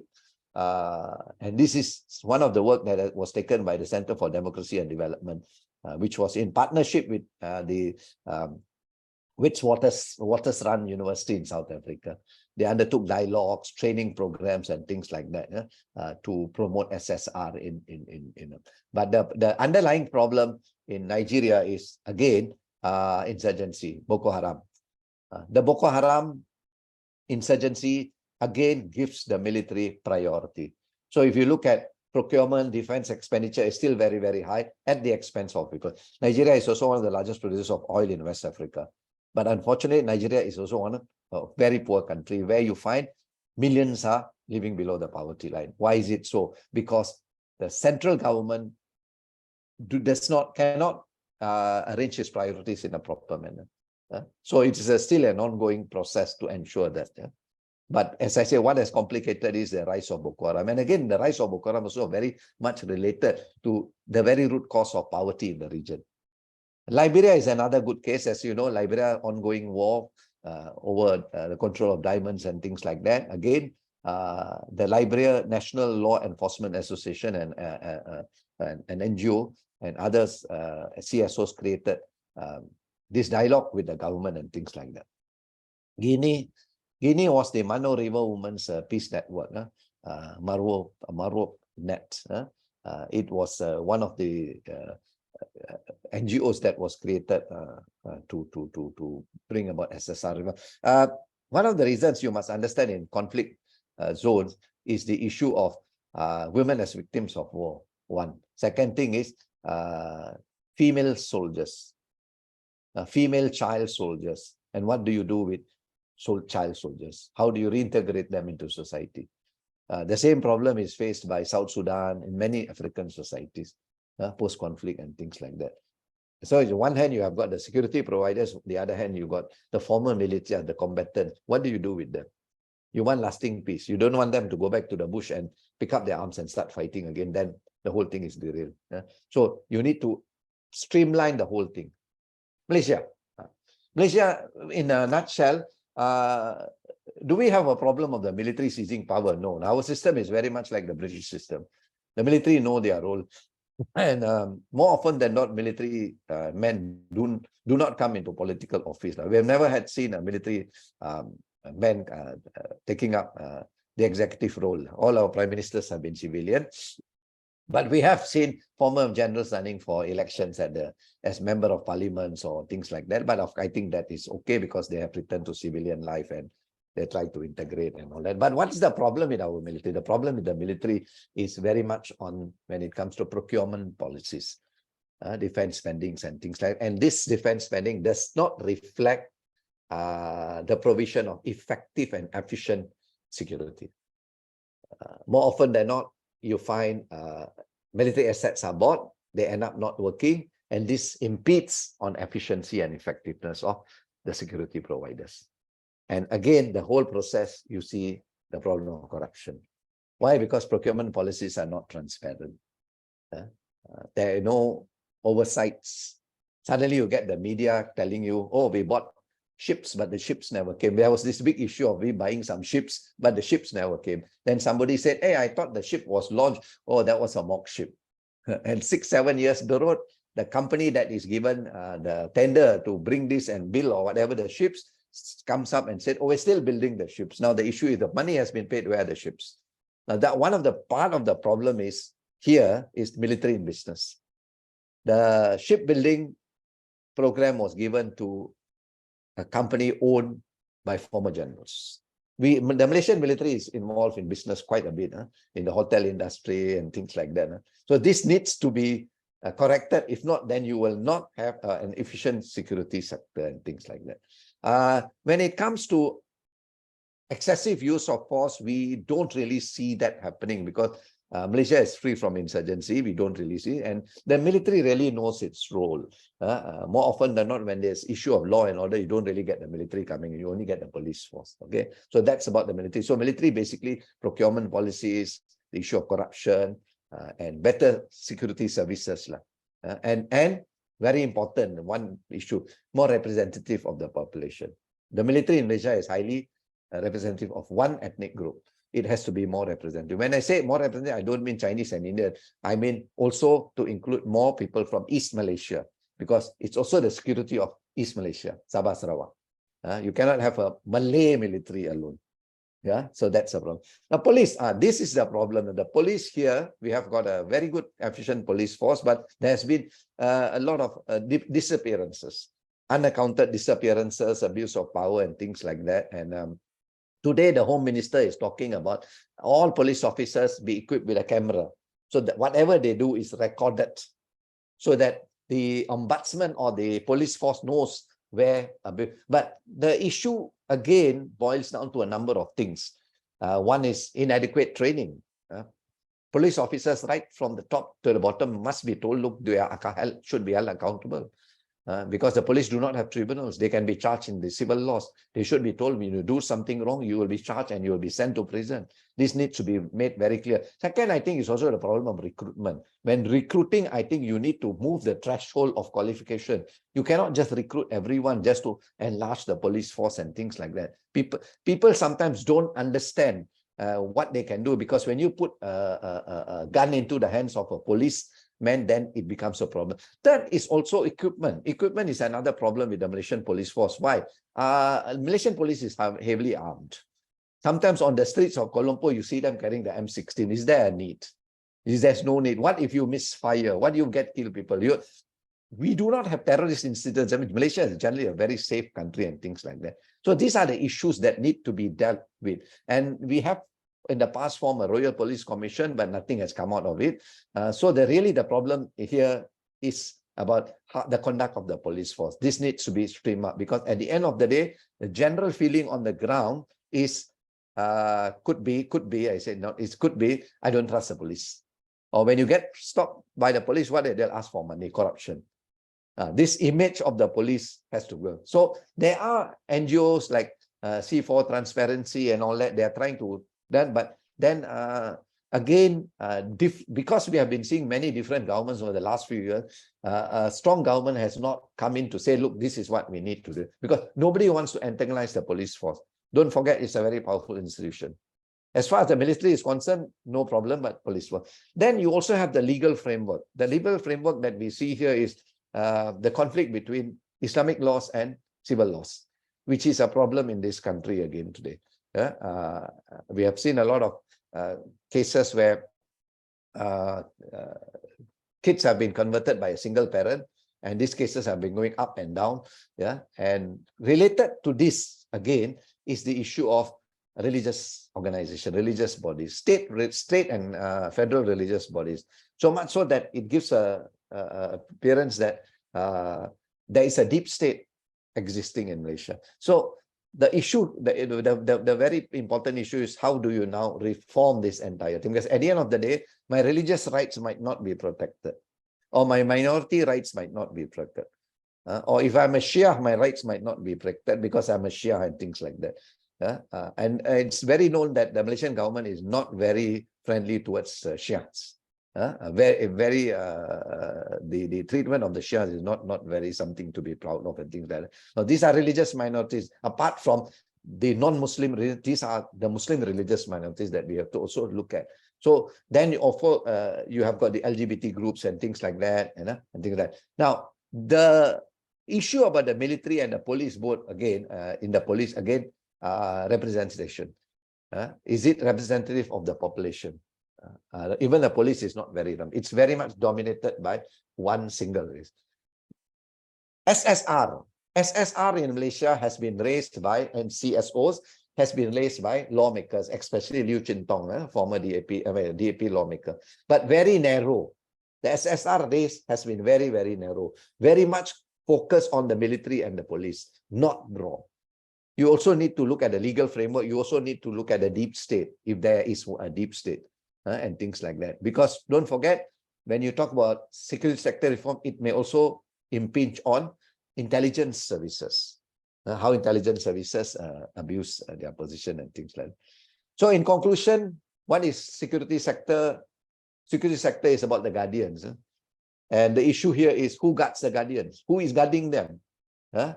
Qui custodiet is post custodes. Who guards the guardians? This is a quote from a Roman poet. SSC is not about reform alone, but it's also about governance. It's not just reforming, it's about governance, a continuous and ongoing process.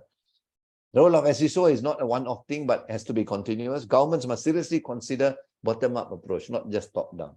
So they need to.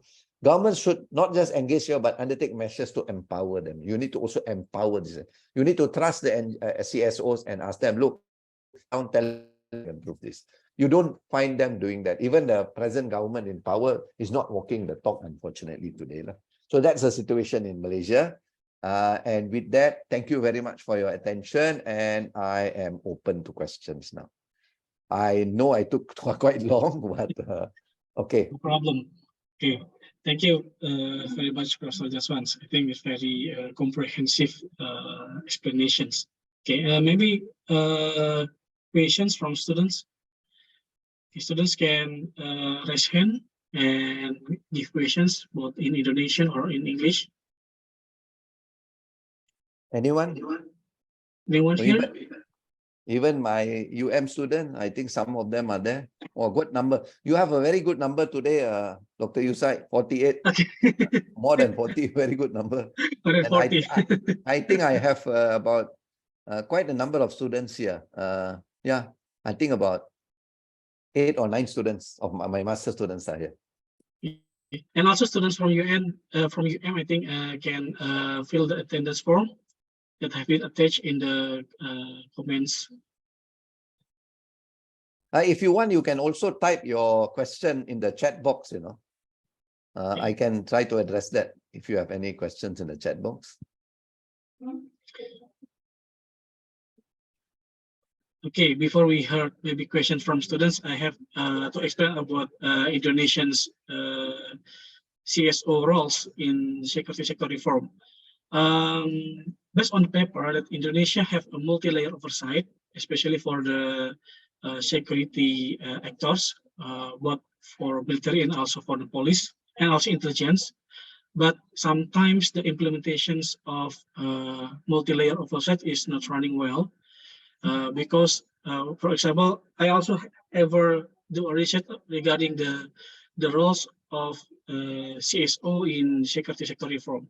And during my interview with some, I told the old-fashioned military officers because some of them born in the new order era, and while I asking them about how their opinion regarding to the roles of civil society organizations, especially while do oversight in some military activities, for example, in the business and also in we call about the activity in some illegal areas, and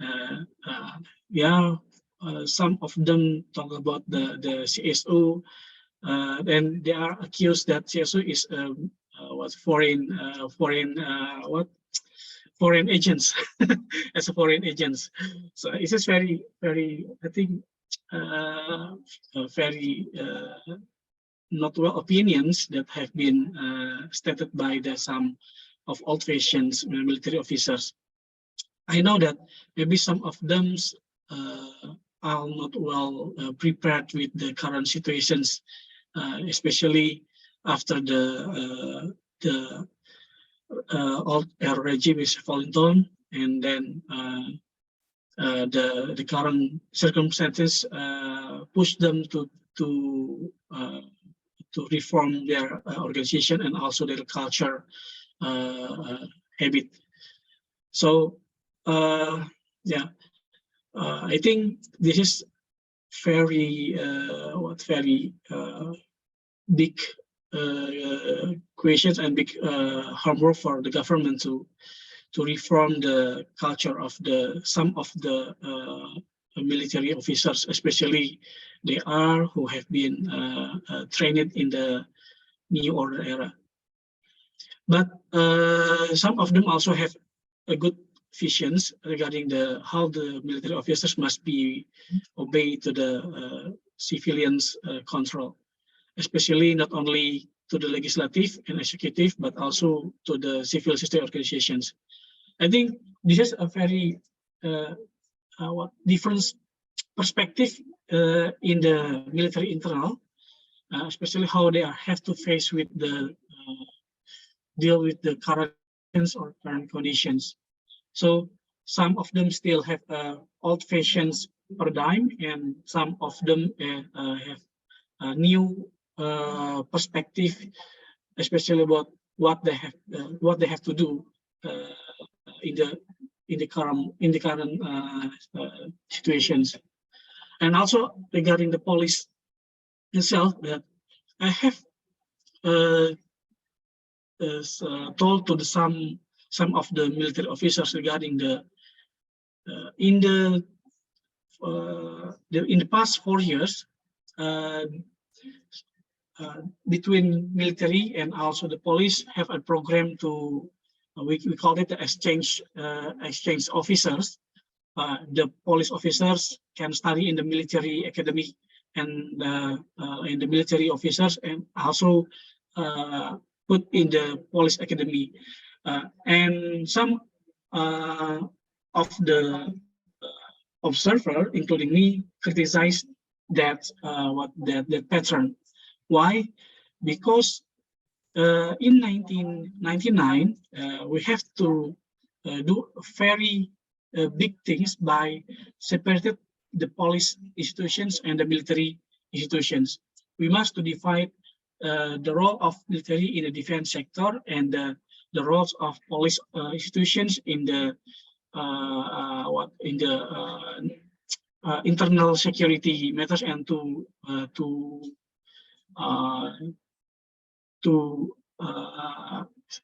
what kind of to do the law enforcement, But in the past 4 years until now, with the situations, some of the police officers can enter the military academy, and the military officers can enter the police academy. That makes the agenda of the reformation agenda is not running well. Why? Because we are see that these situations have put the police institutions are going to throw back to the past situations, especially in the new order era. In the new order era, in the new order regime, between the police institutions and the military institutions are including in one group. We call it ABRI, Angkatan Bersenjata Republik Indonesia. But after the new regime collapsed, then we separate the military and the police. But with the situations in the last 4 years, what we are see that this is very big matter that we have to criticize why the police officers can enter or can study in the military academy, and also why the military institutions, military officers can study in the police academy. So this is the very what I think big criticize that we have to address to the governments.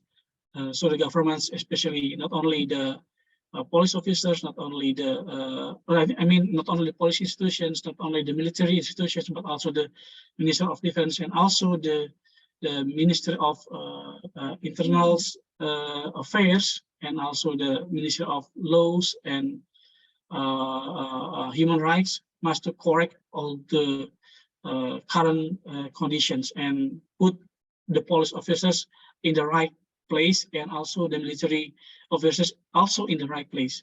So maybe I want also know about your opinion, Prof. Jatswan, the situations in Malaysia. Maybe Malaysia have different conditions or different situations regarding about the position of police and also the military, especially when we are see about the some concept. So the police institutions is a civil institutions. It is different with the military that you have been told about. Military, they have gun, they have very repressive actions and repressive culture. How about the situations in Malaysia? Thank you, Dr. Yusa. First and foremost, correct. You rightly pointed out whenever government officials or military, they don't like CSO, they always brand them as foreign agents, is it? And this is normally due to the fact that CSOs work with CSOs abroad. They get ideas and things like that. The second thing, now that what you have raised is very, very interesting. A few years ago, there was a report on progress of SSR in Indonesia. I can send you the report. For this lecture, I had to go through it because I'm not very familiar with the Indonesian case. I believe you are more informed. But what you raised was not mentioned in this report. The fact that now Indonesia military officers can go to police schools and police officers can go to military schools. Now that is something that is very, very concerning. I wouldn't say worrying, but very, very concerning in the sense that you rightly pointed out that yes, there was a separation between the police and the military after the downfall of the Suharto regime in the new era.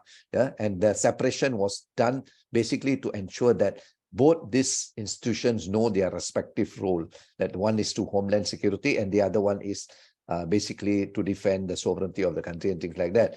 Now, going to school, I think can pose a problem because it all depends on what is taught in these colleges or in these military schools and institutions.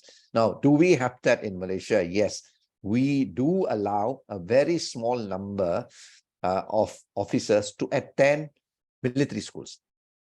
Okay, we have basically the Staff College, the Defense College, and of course, we have the National Resilient College. The National Resilient College is the highest. The National Resilient College do not allow police officers. those are all brigadier generals.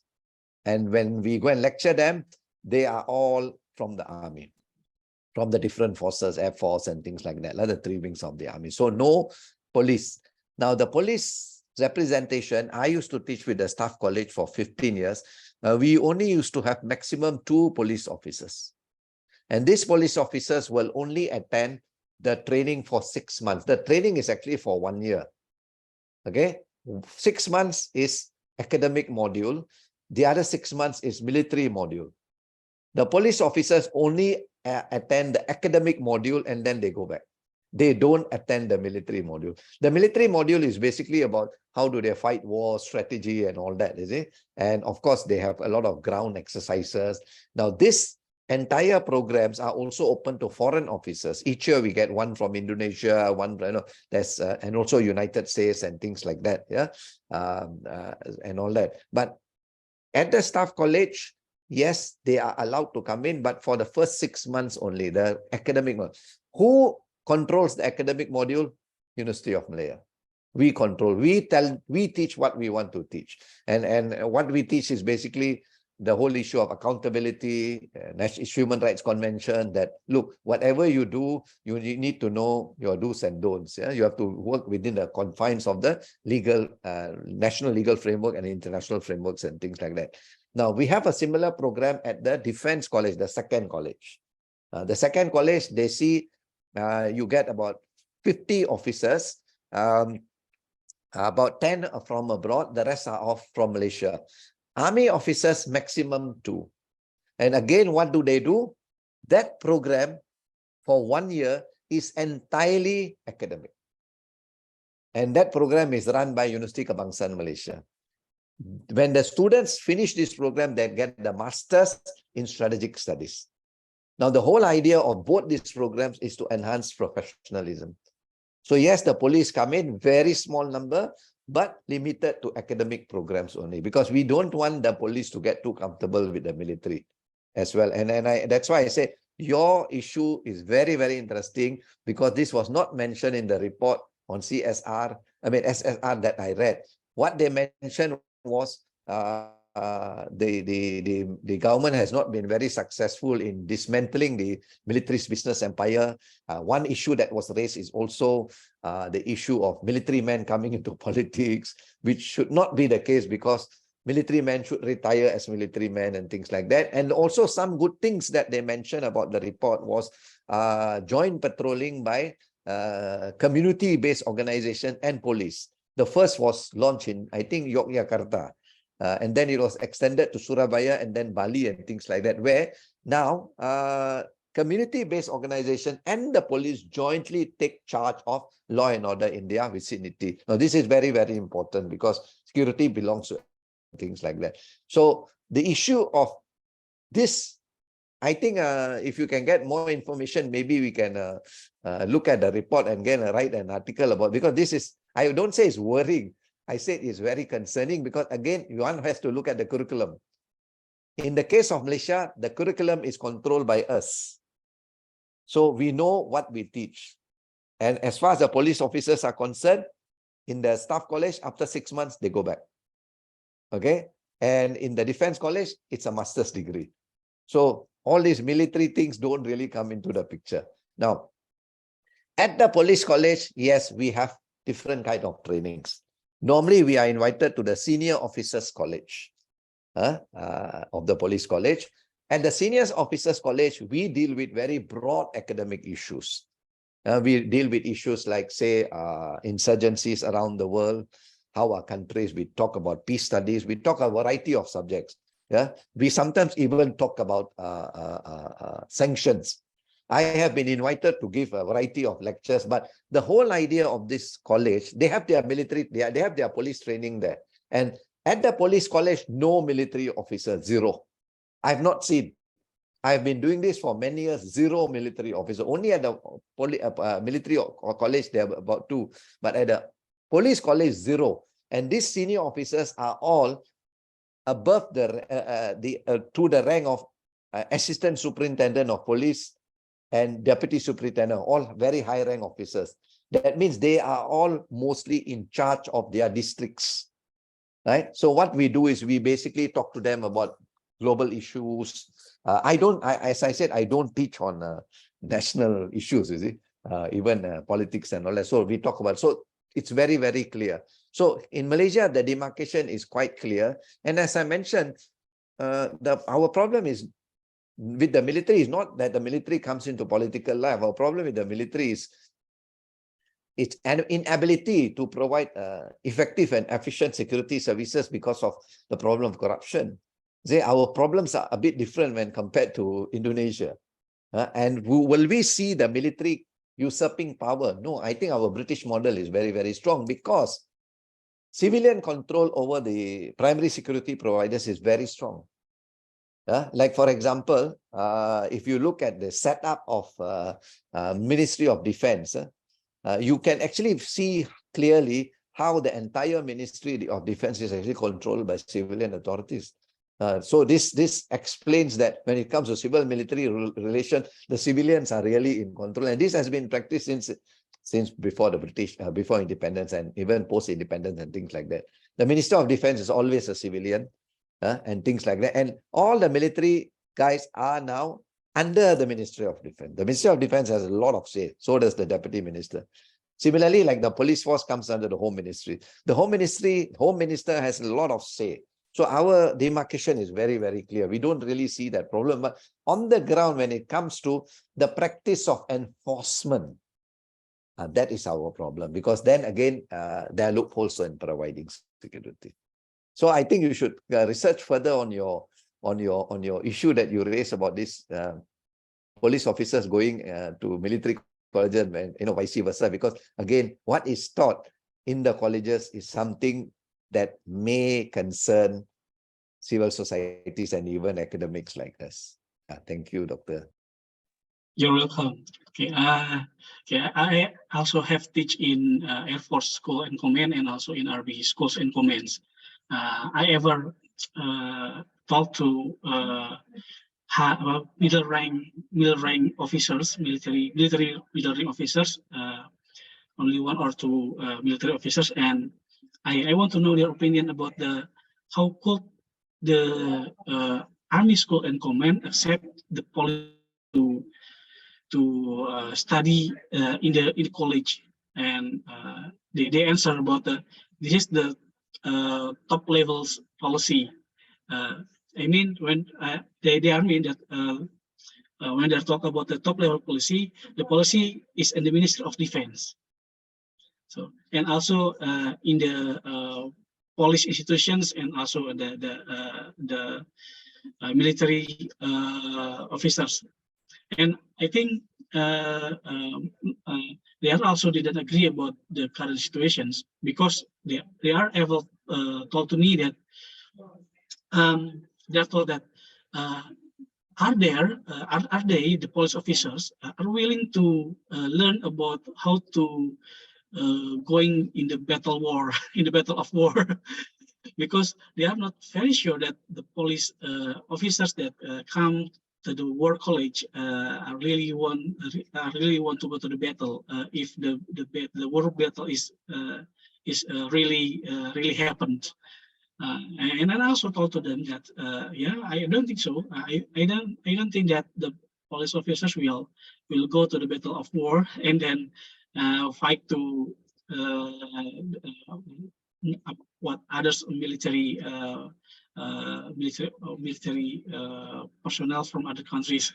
I talked to them like that also, and I also have students who are also become middle rank officers in the police institutions, and while I asked him about the curriculum, it's very surprisingly because even he is a police officer that but when he is studied in the war college or in the military academy, he is also must to learn about the battles strategic or the war strategic. So this is very surprisingly conditions. And we are in University Pajajaran didn't have what's kind of roles and also right to give advice in the curriculum, but they have their own curriculum. So when I and my others college teach in the Army School of Command or in Air Force Command, the curriculum have been decided by the military institutions. So we don't have any rights, we don't have any roles to give advice about the curriculum. You see, the difference between this in Malaysia is that the ownership of this program, the academic program, belongs to UM and UKM. So we decide on the ownership, what is taught and things like. Of course, they will have their military program, which we don't interfere on that. You know, they have their war games and things like that. And of course, we are not experts in that area. But what has been happening over the last few years is it's not a written convention, but if you look at promotion in the armed forces, for example. I follow the armed forces because I taught for 15 years, so I really know. In fact, the chief of armed forces in Malaysia today is my former student, actually. And the chief of army, Zamros, also was my friend. So, and even Navy was my former student. So I've known these people and all that. What is interesting is a lot of promotions over the last 10 years was subject to academic qualifications, apart from experience. So much so that when we started the program in 2005, the main problem we had, you see, the staff college caters for officers from major and above to lieutenant colonel. The defense college focuses on lieutenant colonel into colonel. So it's higher. And then, of course, they beyond the colonel, they go into National Residential College and things like that. When we started the program in 2005, I still remember going into the class, telling them about global politics. They used to interrupt my class and say, Dr. Singh, what's the point for us to know what America is doing? Because we basically go to the jungle and fight wars. And of course, we raised this issue with the commandant and said, look, they are not interested in the academic module. And what the commandant immediately did, he's already retired, he immediately did, he actually went back to the class one day and he told the class, look, your completion of this program is subject to you passing the academic module in the first 6 months. If you don't pass that, you cannot go into the second. So what they did, immediately they decided to ensure that you pass the first module and then you move on to the second module. So movement to the second module, the military module, which is more related to them, was subject to you passing the first module. And everybody started taking it very seriously. We didn't have that problem with foreign officers, especially Western officers. They understood, because if you go to Sandhurst, West Point, that's how the curriculum is taught. But we had the problem in non-Western societies. And immediately we settled the problem. Why? Because the commandant said, no, these are two interrelated. You cannot fail one and pass one. You must pass two to move on to the next college. Otherwise, you can just get one and forget about your military career. And over the last few years, I noticed that a lot of people who have been promoted are those who actually went on to get more and more diplomas. Ours was a diploma, postgraduate diploma. The one in Defense College is a master's degree. Now, if you look at the biodata, a lot of people in the army today, they have attended a lot of these colleges. Mainly, their academic qualifications mainly come, I've noticed, from UK, from India, and Australia. A lot of these people know that, look, tomorrow, if I want to end up as a brigadier general or a general, I need to show that I have the paper as well. I might have the experience, but I also need the paper. Why? Because this is something that is also emphasized. As I say, it's not a written agreement, but it has slowly being emphasized. Now, that's one. Second thing is recruitment. About 10 years ago, recruitment into the officer cadet, officer corps in the Malaysian Army was graduates only. Only people with first degrees can enter the officer corps. Similarly, at the police level, at the officer in charge, that means the inspector and above, it's all graduate level. So the entire degree of professionalism in the police force and army has moved one step higher, right? The ones who are currently in charge today in the army are the ones who do not have tertiary qualification, but they manage to get it because of our diploma, right? But the ones who are coming in to take over most of them are graduates of local universities. So you can actually find a new breed of officers coming in both at the military and at the police force. So I think this makes a lot of difference because bottom line, it goes down to recruitment. Yeah? Like for example, one of the studies found that the excessive use of force in Myanmar by the military, particularly the officers on the ground, is a lot of them are not educated. Some of these people are picked up from the streets. They are picked up. There are some of these military privates are actually homeless kids, orphans. They are picked up, and what they know is the gun gives you power over people's life, and they kill. They don't care. They don't understand things, and this is what a lot of findings have come up with. That look, this is the process, but this is the preferred process of recruitment of the military, Myanmar military. Unfortunately, because the elites in the military are trained in memo, but not the privates down there. They are all, I would say, the ragtag kind of soldiers, but with proper uniform. And to them, half of the time, and one finding undertaken by an Australian civil society organization 20 years ago was when they started this training of human rights to the college in Memo. The college in Memo is the highest military college in Myanmar. They realized that a lot of these officers did not know there were international conventions that when you undertake war crimes or crimes against humanities, you can actually be taken to task. They did not know. And so this process of educating them did create a small, very small corps that was aware of what international obligations are. But then I think looking at the coup last year, I think the corps is the officer corps is just too small. I think generally it's still that old guards, things like that. So that's the situation in Malaysia and Myanmar, Dr. Yusuf. Okay, thank you very much, Prof. Jatswan.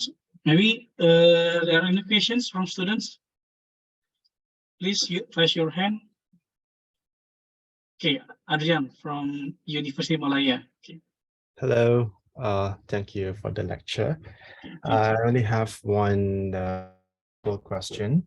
If a CSO engages in violent activities during protest demonstrations or labor strikes, for instance, does it cease to become a civil society organization, or has it transitioned to something else? Thank you. First and foremost, whatever the CSOs do, they must be doing it within the confines of the legal framework. They cannot. And going for strikes is nothing wrong, as long as it's a peaceful strike. But if you strike and burn the factory down, that's another thing, because you're damaging somebody's property. But sitting out of the factory and striking for better wages, nothing wrong with that, because that's exercising your right. So again, everything done must be done within the confines of the legal framework, not going beyond. Not, as I said, don't take law into your own hands. Then you cease becoming a civil society organization. Then you have become probably a militant group or something like that. Yeah? And then you know better than a militant group, really, if you're going to create chaos and things like that. So as long as it's done within the confines, there's nothing wrong with that. Peaceful demonstrations should be allowed. How long can people demonstrate? Look at India. India has got a special area for people to demonstrate, the Janpat area, the Rajpath area. And those days, I was a young researcher 40 years ago, and I used to talk to one very senior professor. We used to watch these demonstrations, and I noticed that this was this one particular man who used to demonstrate every day. One day he will be chanting, "Long live the Prime Minister." Second day he'll be chanting, "Death to the Prime Minister." So I asked this professor, I said, I see that man coming every day. One day he's taking the side of the government, second day he's on the opposition. Why is that so? Don't Indians have political principles? His answer was very, very simple. It's not political principles that matter. It's a stomach that matter. He's got an empty stomach. He's paid to demonstrate. You see my point or not? So again, here, the issue here is awareness. CSOs must raise awareness on what to do and what is right to do and things like that. Yeah. But everything must be done within the confines of the legal framework, not beyond the legal framework. Then, as I said, if not, you know better than any other insurgent or militant groups. That's my answer to you, Adrian. Just a follow-up question, if you don't mind, Prof. Yeah, sure. Say that since everything is within the confinement of the legal framework and the state revokes your right to peaceful assembly for whatever reason, and we have seen many cases, for example, during bursary demonstrations in Malaysia many years ago, how else, because they have no access to media, for instance, then how else do you want to maneuver or work around it? Or do you still conduct the peaceful assembly, but illegally without license from the government? You see, this issue of license for peaceful assembly to me is very, very nonsensical. Should not be licensed to conduct peaceful assembly. I think the authorities should just be informed, that's all, because assemblies will create traffic jams. It will cause unnecessary problems to people like you and me who are driving back to work or back from work, and rushing to pick up a kid from school or something like that. Right? And this should be notified. There should be a notification that on this day, we will have a peaceful assembly in this area. So the security apparatus, the police can do the necessary to shut the roads down, create diversions for people, so that you exercise your right, but you don't deny my right to go home. Because I need to go home as well. Yeah. Yes, the Malaysian government has more often than not done that. To me, that's really nonsensical. With the new government, it is hoped that that is... Now, the other thing that the Indian professor told me is this. I told him, these people, they come in the morning, by 12 o'clock, they go home.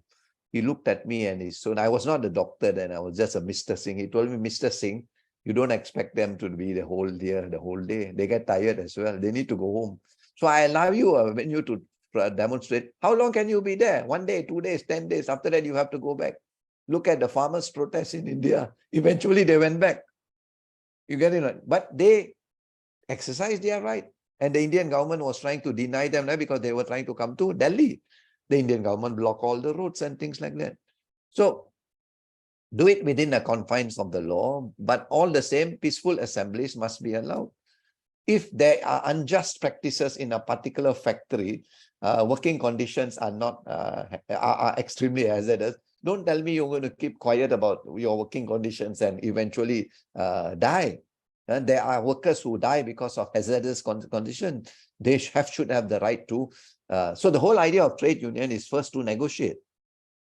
That is normally the pattern followed. And after negotiations follow, they will say, okay, we will perform a sit-out, a strike for a day, which is what the Hartel doctor actually does. They give ample notice. And I don't think so. The ministry should come and say, oh, government servants cannot strike and things like that. Let them sit out. Who wants to join them, go and join. And the other day, the sit-out wasn't really successful because doctors know their responsibility. You're a doctor. You're there to save lives, not sit outside there and let people die. So I was very happy with the fact that the doctors upheld their professionalism. Jobs are one thing, but we are trained to save lives. We cannot sit outside and see emergency patients coming in and dying because the doctors are not there. They upheld their professionalism. Now it's that the ball is in the government's yard to handle this issue of these contract workers. Okay, and of course the minister has given the assurance and things like that. So the right to the assembly should be anybody's right, as long as it's done within the framework of law and it's peaceful. I don't see a problem with that. Governments shouldn't get panicked. Governments must start getting used to the fact that people want to go out and demonstrate. You go to Indonesia, you can see demonstrations every other day. Notification is done. When I go to Bandung, I see some Islamic group demonstrating in front of the governor's house or something. And after a few hours, they go back home. But they feel better because they have expressed their whatever frustration and things like that. It's a channel, because you have channels. Sometimes certain channels are blocked. So you need this channel. Don't close. When you close this channel, you always remember the Liberation Tigers of Tamil insurgency failed when the Sri Lankan government, which was overwhelmingly Sinhala, refused to listen to the Tamils. The Tamils took up the problem in the parliament, but they were outvoted. Sri Mawo Bandaraiken refused to listen to the plight of the minorities when she declared Sinhala as the language and Buddhism as the national religion. The Tamil Hindus and Muslims were afraid. What about our language? What about religion? She did not give them assurance. She shut them up. When the channels were blocked, Prabhakaran this opportunity and said, well, we'll pick up arms then. So you must never close channels, because when you close channels, you push people to the wall. Dialogue, constant dialogue is important. It's just like this. I give you a very simple example. Don't talk about societies. Marriages break down when the husband and wife stop talking. Simple as that. Everything breaks down when people stop talking. I hope I answered your question. There's another hand up there by Aaron, I think. Thank you, sir. I agree with Professor Jatswan. Dialogue is important for both institutions or stakeholders. I will give an example from the case in Indonesia. I remember in 2007, I ever attend meeting with some stakeholders from the CSO organizations with concern about the civil, I mean, for the security sector reforms, and also the Ministry of Defense and Indonesian policy institutions, that both stakeholders talking about how they have to deal with the conditions or the civil society, what needed. And I think when all the stakeholders have to do a dialogue and they agree with the what they have to do in the future, especially what the military officers have to do in the, and also what the police officers do, and also the intelligence, and about the roles of civil society organization itself. I think there will be I think there will be no matters about the conditions that has been arise in the situations. I mean, in 2007, some of the military officers, police officers, intelligence officers, legislative body, and Ministry of Defense, and some of civil society organizations agree that about how they have to pay attention with the current conditions, especially in Indonesia, how they have to pay attention about the people's needs and also what they have to do. Military have their own roles, police, Ministry of Defense, and civil society organizations, and they are welcome with the critics that are arise from the CSO. So if now, I mean, if there are conditions that some of the military officers that are not welcome with the critics that arise from that have been arrived by the CSO, I think the military officers or the police officers must be to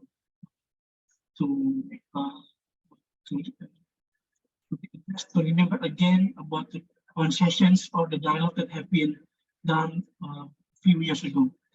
I think dialogue is a key word that have been, I mean, that have to be addressed for the current conditions. Okay, now Aaron, do you have questions, please? Okay, thank you, Mr. Yusa. Maybe I have a question regarding today's lecture from Professor Jatswan Singh lecture. It is indicated the importance of civil organization roles in security sector reform because it is related to the relationship between the state and civil society.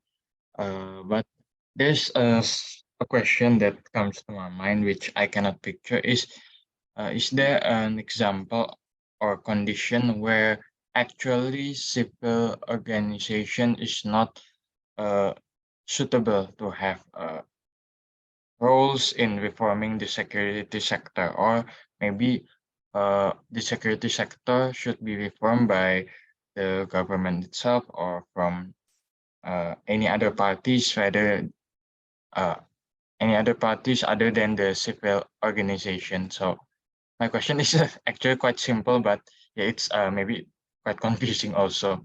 Maybe that is my question. Thank you.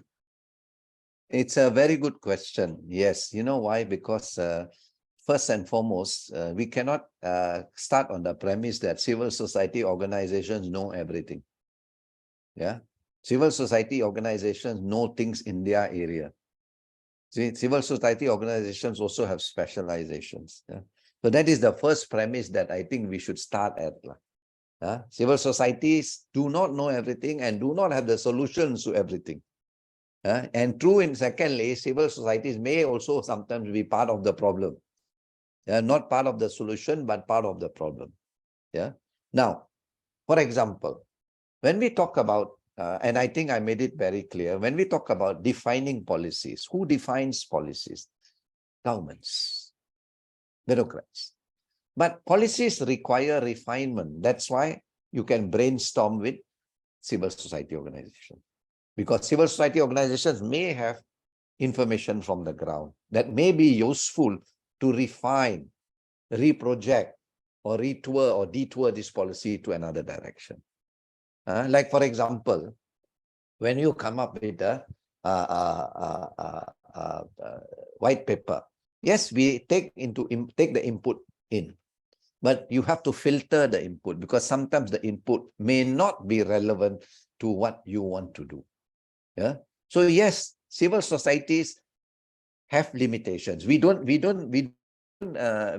say that civil societies have limitations. But what is important, the most important point is civil societies are respected because they are credible. If civil societies do not have credibility, then I don't think so governments should engage them. In the 1960s, in the 1970s, in the 1980s, human rights organizations used to accuse states of human rights abuses. And what states do? Deny it and say, no, y'all are lying. Then civil organizations, these human rights organizations realized, look, we need to throw some proof. What they did, they decided to start throwing proof. As this proof mounted, states couldn't deny. So at the end of the day, credibility is very, very important.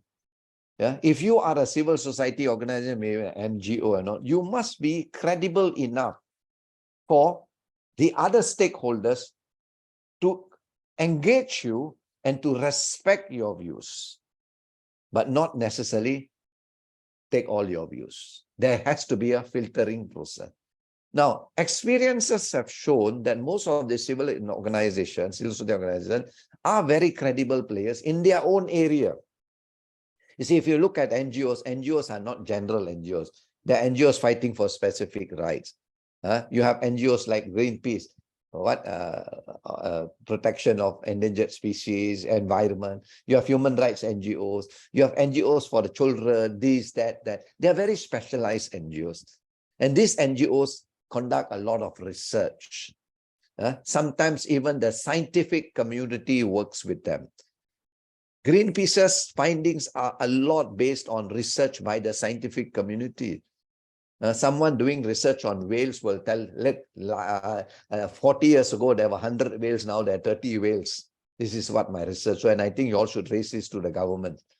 Because the scientific researcher also wants some kind of policy. So the premise of most CSOs are credibility, correct information. Of course, the CSOs that talk empty talk should not be engaged. And the other thing is, when it comes to legal frameworks, members of CSOs that have knowledge on how to refine legal procedures should be allowed to make input. Not everybody on every Tom, Dick, and Harry. So when you talk about CSO is a very broad-based kind of thing.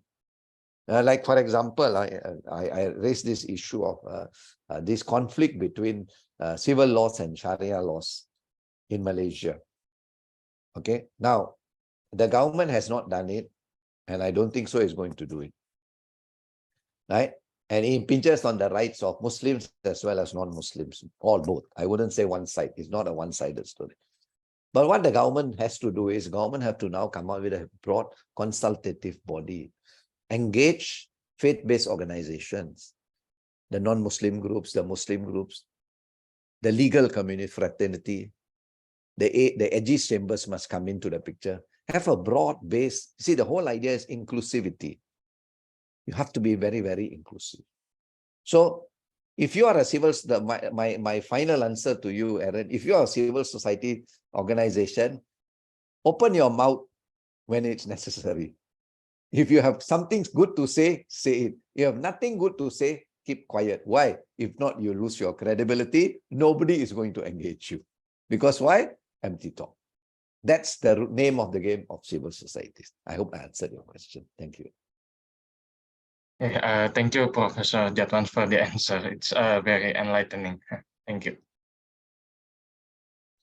Thank you. Any other questions?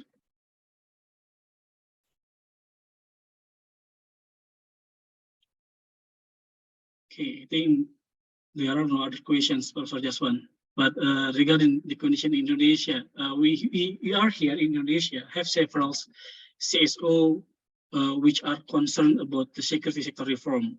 For example, SPRC, IDSPS, and Impartial, and so many civil society organizations.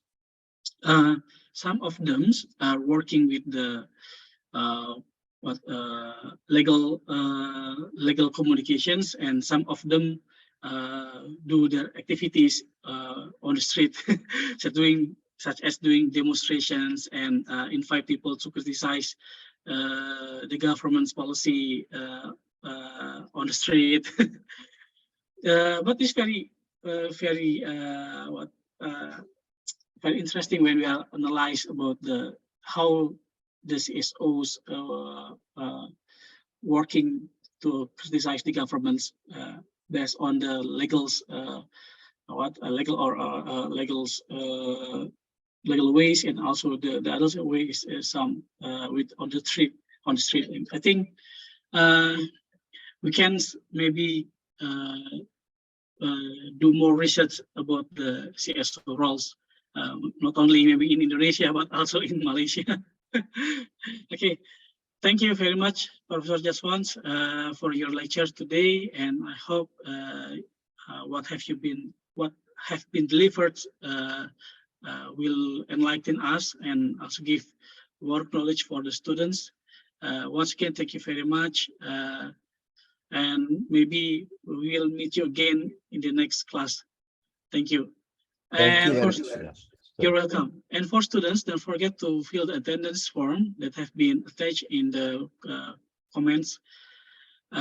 See you again in the next class.